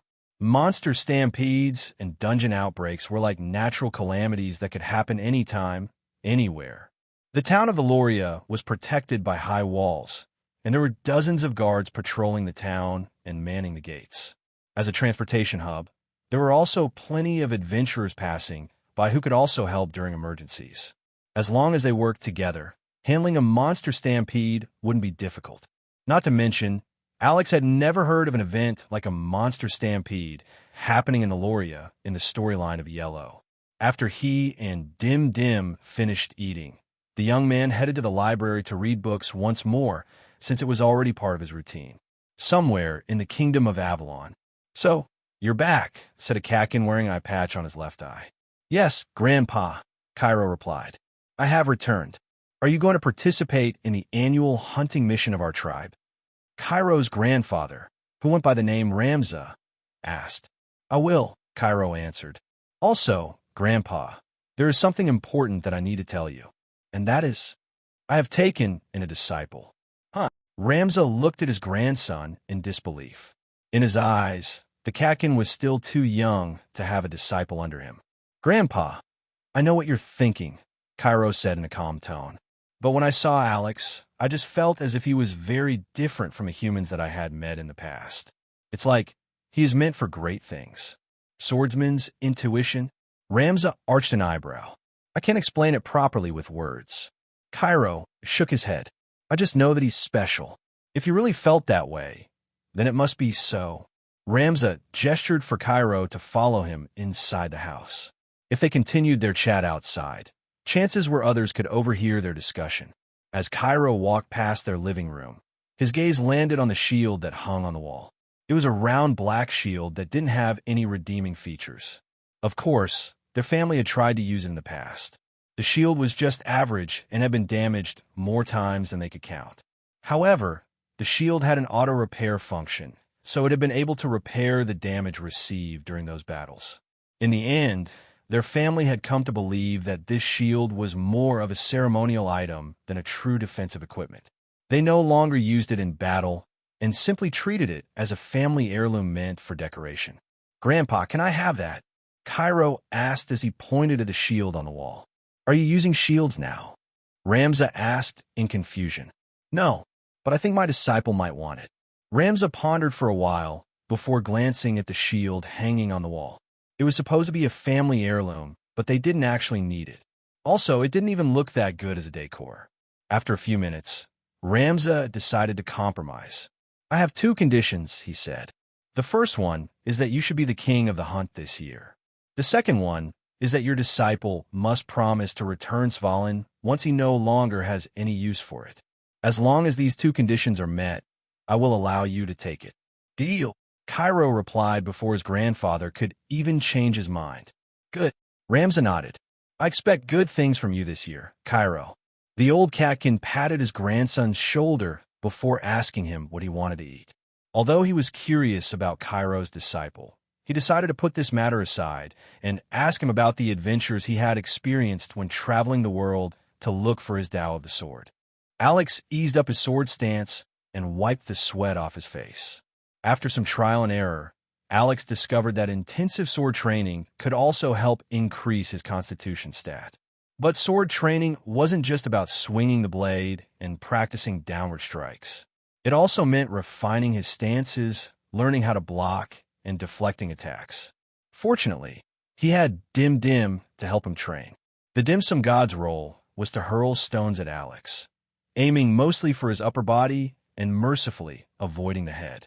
Alex made it a goal to block the stones as best as he could, using only the sword. He had steeled himself to focus on blocking and deflecting instead of dodging. Thinking that they were playing some kind of game, Dim Dim took it seriously, occasionally throwing feints at Alex before hitting him with a stone. The very painful experience made the young man grit his teeth. But thanks to Dim Dim's help, he was able to shorten his reaction time. This allowed him to block 4 out of 10 stone throws from the very enthusiastic Dim Sum God, who thought that Alex was playing a game with him. "Okay, let's take a break, Dim Dim," Alex said to the Dim Sum God, who was about to throw another stone at him. Dim Dim nodded before obediently putting the stone down. But just as Alex was about to invite the little guy to have some lunch with him, he noticed movement from the corner of his eye. A moment later, The sound of two wooden swords striking each other reverberated in the surroundings. Good.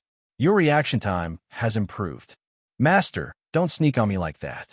If you didn't purposely enter my line of sight, I would have been hit by your sneak attack. Cairo smirked and lowered the wooden sword in his hand. He had just returned from his tribe. As soon as he arrived, he went looking for his one and only disciple, even rushing out of the airship that brought him back to the floating island of Valoria. He had been observing Alex since half an hour ago and couldn't help but chuckle when he saw that Dim Dim was bullying the young man with its stone throws. Still, he was quite happy because the young man didn't disappoint him, keeping his promise to train every day. I just returned and I'm feeling hungry, so I'll let you off the hook this time, Cairo said. Now come, let's have lunch at the inn. He pressed his hand against Alex's back, firmly but gently pushing him. Alex breathed a sigh of relief, as he had initially been worried that his master would ask to spar with him on the spot. Although he didn't mind doing it, his body was still sore from the hits that he had taken from Dim Dim's stone throws. All he wanted to do was eat, shower, and take a short nap before heading to the library to read. While the two of them were walking toward the gate of the town, they noticed several people running towards the floating forest. Alex recognized a few of them, since they were also adventurers just like him. They look anxious, Cairo remarked. Something must have happened in the forest. Should we take a look, Master? Alex asked. The catkin pondered a bit before shaking his head. There are already over a dozen wanderers headed to the forest. Whatever they're going to face, they should be able to handle it with their skill level. Besides, I'm hungry. I can't function properly on an empty stomach. Isn't that right, Dim Dim? Dim Dim nodded in agreement. Dim Dim, good. Now let's go eat something good. Dim. Alex gave the floating forest one last glance before following behind his master and Dim Dim, who seemed very eager to have lunch at the Cattails Inn. An hour later, "Are there any skilled adventurers here?" shouted one of the regulars of the tavern as soon as he entered the establishment. "Please, people are dying. They need help really badly."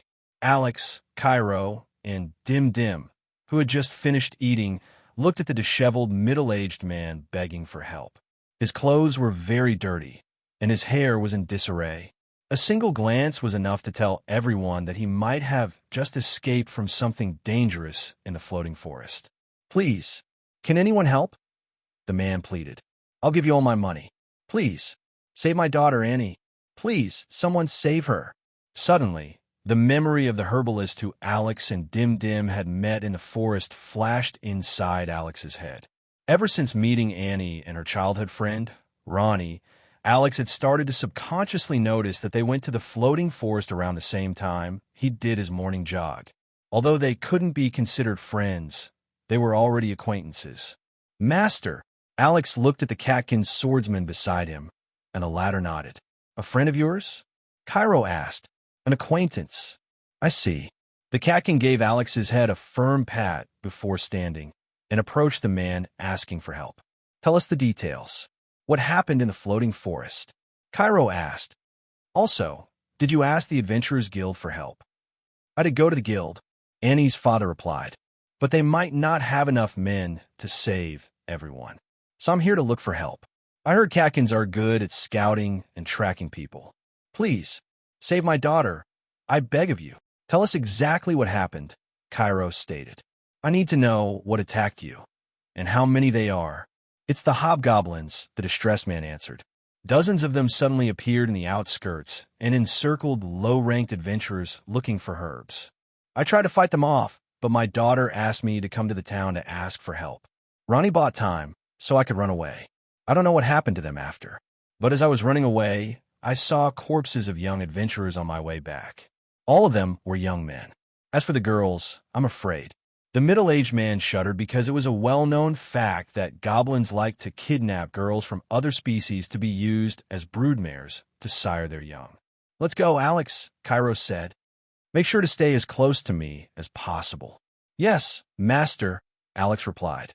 The pair then ran until they reached the gates, where a few other adventurer parties were starting to gather. Perhaps due to the nature of the incident, the guild master had decided to issue a rescue mission to save the low-ranking wanderers, who were clearly no match against rank 2 monsters and above. After leaving the city, Cairo took out a black shield from his storage ring and handed it to his disciple. Use this and prioritize your safety. Cairo looked at Alex solemnly. If you need to run away, just run away. You will help me more if you do that. Alex understood what his master implied. The cat can wish for him to gain some combat experience. However, if the situation becomes too dangerous, the young man should run away. Cairo wasn't confident that he would be able to protect his disciple if he faced many strong enemies at once. Understood, master, Alex replied and accepted the black shield that was handed to him. As soon as Alex equipped the shield on his left hand, he heard a notification sound inside his head, and a blue window screen appeared in front of him. When the young man saw the description of the shield, he almost dropped it due to shock and disbelief. It was a shield meant not for mere mortals to hold, but for those who wish to defy fate. The young man continued to run, and yet his gaze was glued to the window screen in front of him. He had already read it over thrice, but he was still shaken by the information of a shield that his master had casually given to him. Svalin EX. Item grade, common sealed. Stats, plus 20 defense. Active skills, sealed. Passive skills, sealed. Effects. If the shield is wielded by someone whom it has recognized as its owner, it will match the strength of its wielder. Will unlock skills and abilities depending on the stats of its wielder. Note, a shield not meant for mortals, yet borne by those who defy fate. Svalin does not shine, nor does it shatter. It endures as it was meant to. It is the wall before the inferno, the last defense of the living world. So long as Svalin stands, the sky shall not burn. To wield, it is to bear the burden of the heavens. This shield has still not acknowledged you as its master. As the former only shield savant of Yellow, Alex was very fascinated with the names of the legendary and divine shields in the game. The name of the shield he had wielded back then was Aegis, and it was considered a legendary shield. He had also had other shields in his collection, namely the Ajax shield, Shield of Heracles, Anvarinot's shield, Captain Murica's shield, and a few more shields of the legendary rank. As the main tanker of his guild, Endless Horizon, every high-quality shield dropped by the boss monsters automatically belonged to him. However, he had never held a shield that had the EX suffix. Although there were EX items in the game, acquiring them was extremely hard. How hard? These items were considered as the personal battle regalias of the major arcanas, who were referred to as the deities of the world. Last time, the young man had gained a super rare skill book with the EX suffix, which allowed him to choose a skill that could evolve. The same principle applied to the weapons with the same title, making them incredibly powerful and precious as they didn't have fixed stats. The stronger their wielders became, the stronger these items were. Svalin? That name sounds familiar, Alex thought as he shifted his attention to where he was running. Where have I heard it before? He was certain that Svalin hadn't existed in Yellow. As a shield connoisseur, he had seen every shield in the game. But he couldn't shake the thought that he should know what kind of shield Svalin was. It's too bad, the shield does not acknowledge me as its owner, Alex mused. There must be some hidden condition that I need to meet in order to unlock it. Suddenly, a scream broke the young man from his daze. It came from inside the forest, prompting Cairo to increase his speed, leaving Alex behind. I'm going ahead first, Cairo shouted. Remember, if things become too dangerous for you, run away. The catkin didn't wait for Alex's reply and activated his movement technique, increasing his speed for a brief period of time. The young man watched as his master entered the forest before him. As he neared the forest, he heard the sound of weapons clashing against each other. Dim, stay close to me, Alex said. But if you think that you're in danger, feel free to escape first. Dim nodded in acknowledgement. Following the sound of fighting, Alex saw dozens of adventurers fighting off against a pack of hobgoblins, riding on dire wolves. The dire wolves ranged from rank 2 to rank 3 monsters, while the hobgoblins were rank 3 monsters. The adventurers fought against them as a team, but they were being overwhelmed by the enemy because there were goblin shamans and goblin mages among the enemy's ranks. Goblin archers were also attacking them from the trees, forcing the adventurers to go onto the defensive. While the young man was observing the battlefield, he saw a brilliant flash in the distance. There, he saw a hobgoblin's head slide off from its body as Cairo successfully decapitated it with a single slash of his blade. As expected of Master, Alex couldn't help but clench his fist in excitement. The Catkin swordsman was like a reaper of death. Every time he attacked, he drew blood. Sometimes he would stab his enemies, and at other times, he would slice off one of their limbs, quickly adjusting depending on the situation. Cairo was strong, but he wasn't arrogant. Every move he made was calculated. He paid close attention to the archers, mages, and shamans targeting him from distance. It didn't take long for Alex to notice that the battle had reached a stalemate, with both sides unable to get the upper hand. Suddenly, Dim Dim crawled down from Alex's head and whispered something in his ear. Dim Dim, are you sure? Dim. The dim-sum god told Alex that it could sense some living humans hundreds of meters away from his location.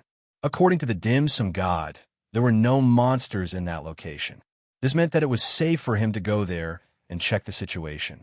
Knowing that he wouldn't be able to contribute to the ongoing battle, Alex followed behind Dim Dim, who was guiding him to the place where it sensed human presence. He was moving on all fours, making sure he wouldn't be detected by the monsters who were fighting against the adventurers. When he finally reached the place where Dim Dim was taking him, Alex's face immediately turned serious. There were a few girls stripped off their clothes, lying on the ground unconscious. Their bodies had bruises on them, with some even having teeth marks. This was the result of the rough treatment that they received from the goblins. Alex felt sorry for these girls, but he had to focus on his mission right now. The only saving grace was that Annie wasn't one of them. Aside from the ladies who were lying on the ground, there were several more ladies that were tied to the trees by vines. They all seemed to be sleeping, which might have been due to the power of the goblin shaman. Dim Dim. Good. Please tell me if you sense any danger in the surroundings. As soon as Dim Dim confirmed that the coast was clear, Alex immediately rushed to the tied captives and used his sword to cut the vines. He then lightly shook their bodies and tapped their cheeks in order to wake them up. Some of these ladies were adventurers, so the moment they regained their senses, they immediately understood the situation. Do you have an extra sword? A lady, who seemed to be a warrior, asked Alex. Alex handed her a sword he had looted from a goblin warrior to the lady. Upon taking the sword, she helped him free the other captives, speeding up the freeing progress. After cutting the binding on 2 more people, Alex finally saw the young lady he was looking for. Annie, wake up, Alex said as he shook the young lady and tapped her cheek. It didn't take long before she regained her senses and looked at her surroundings with fright. It's okay, Alex said, comforting her. I'll get you out of here. Help me free the others. Annie nodded and accepted the knife that the young man handed to her. Together with the warrior lady, they managed to free all the captives. But just as they were about to escape, Dim Dim suddenly gave the young man a warning. Dim Dim, **T. Alex cursed as he hurriedly grabbed Annie's hand and ran away in the opposite direction where Dim Dim said that the goblins were coming from. The goblins are coming. Support who you can and follow me.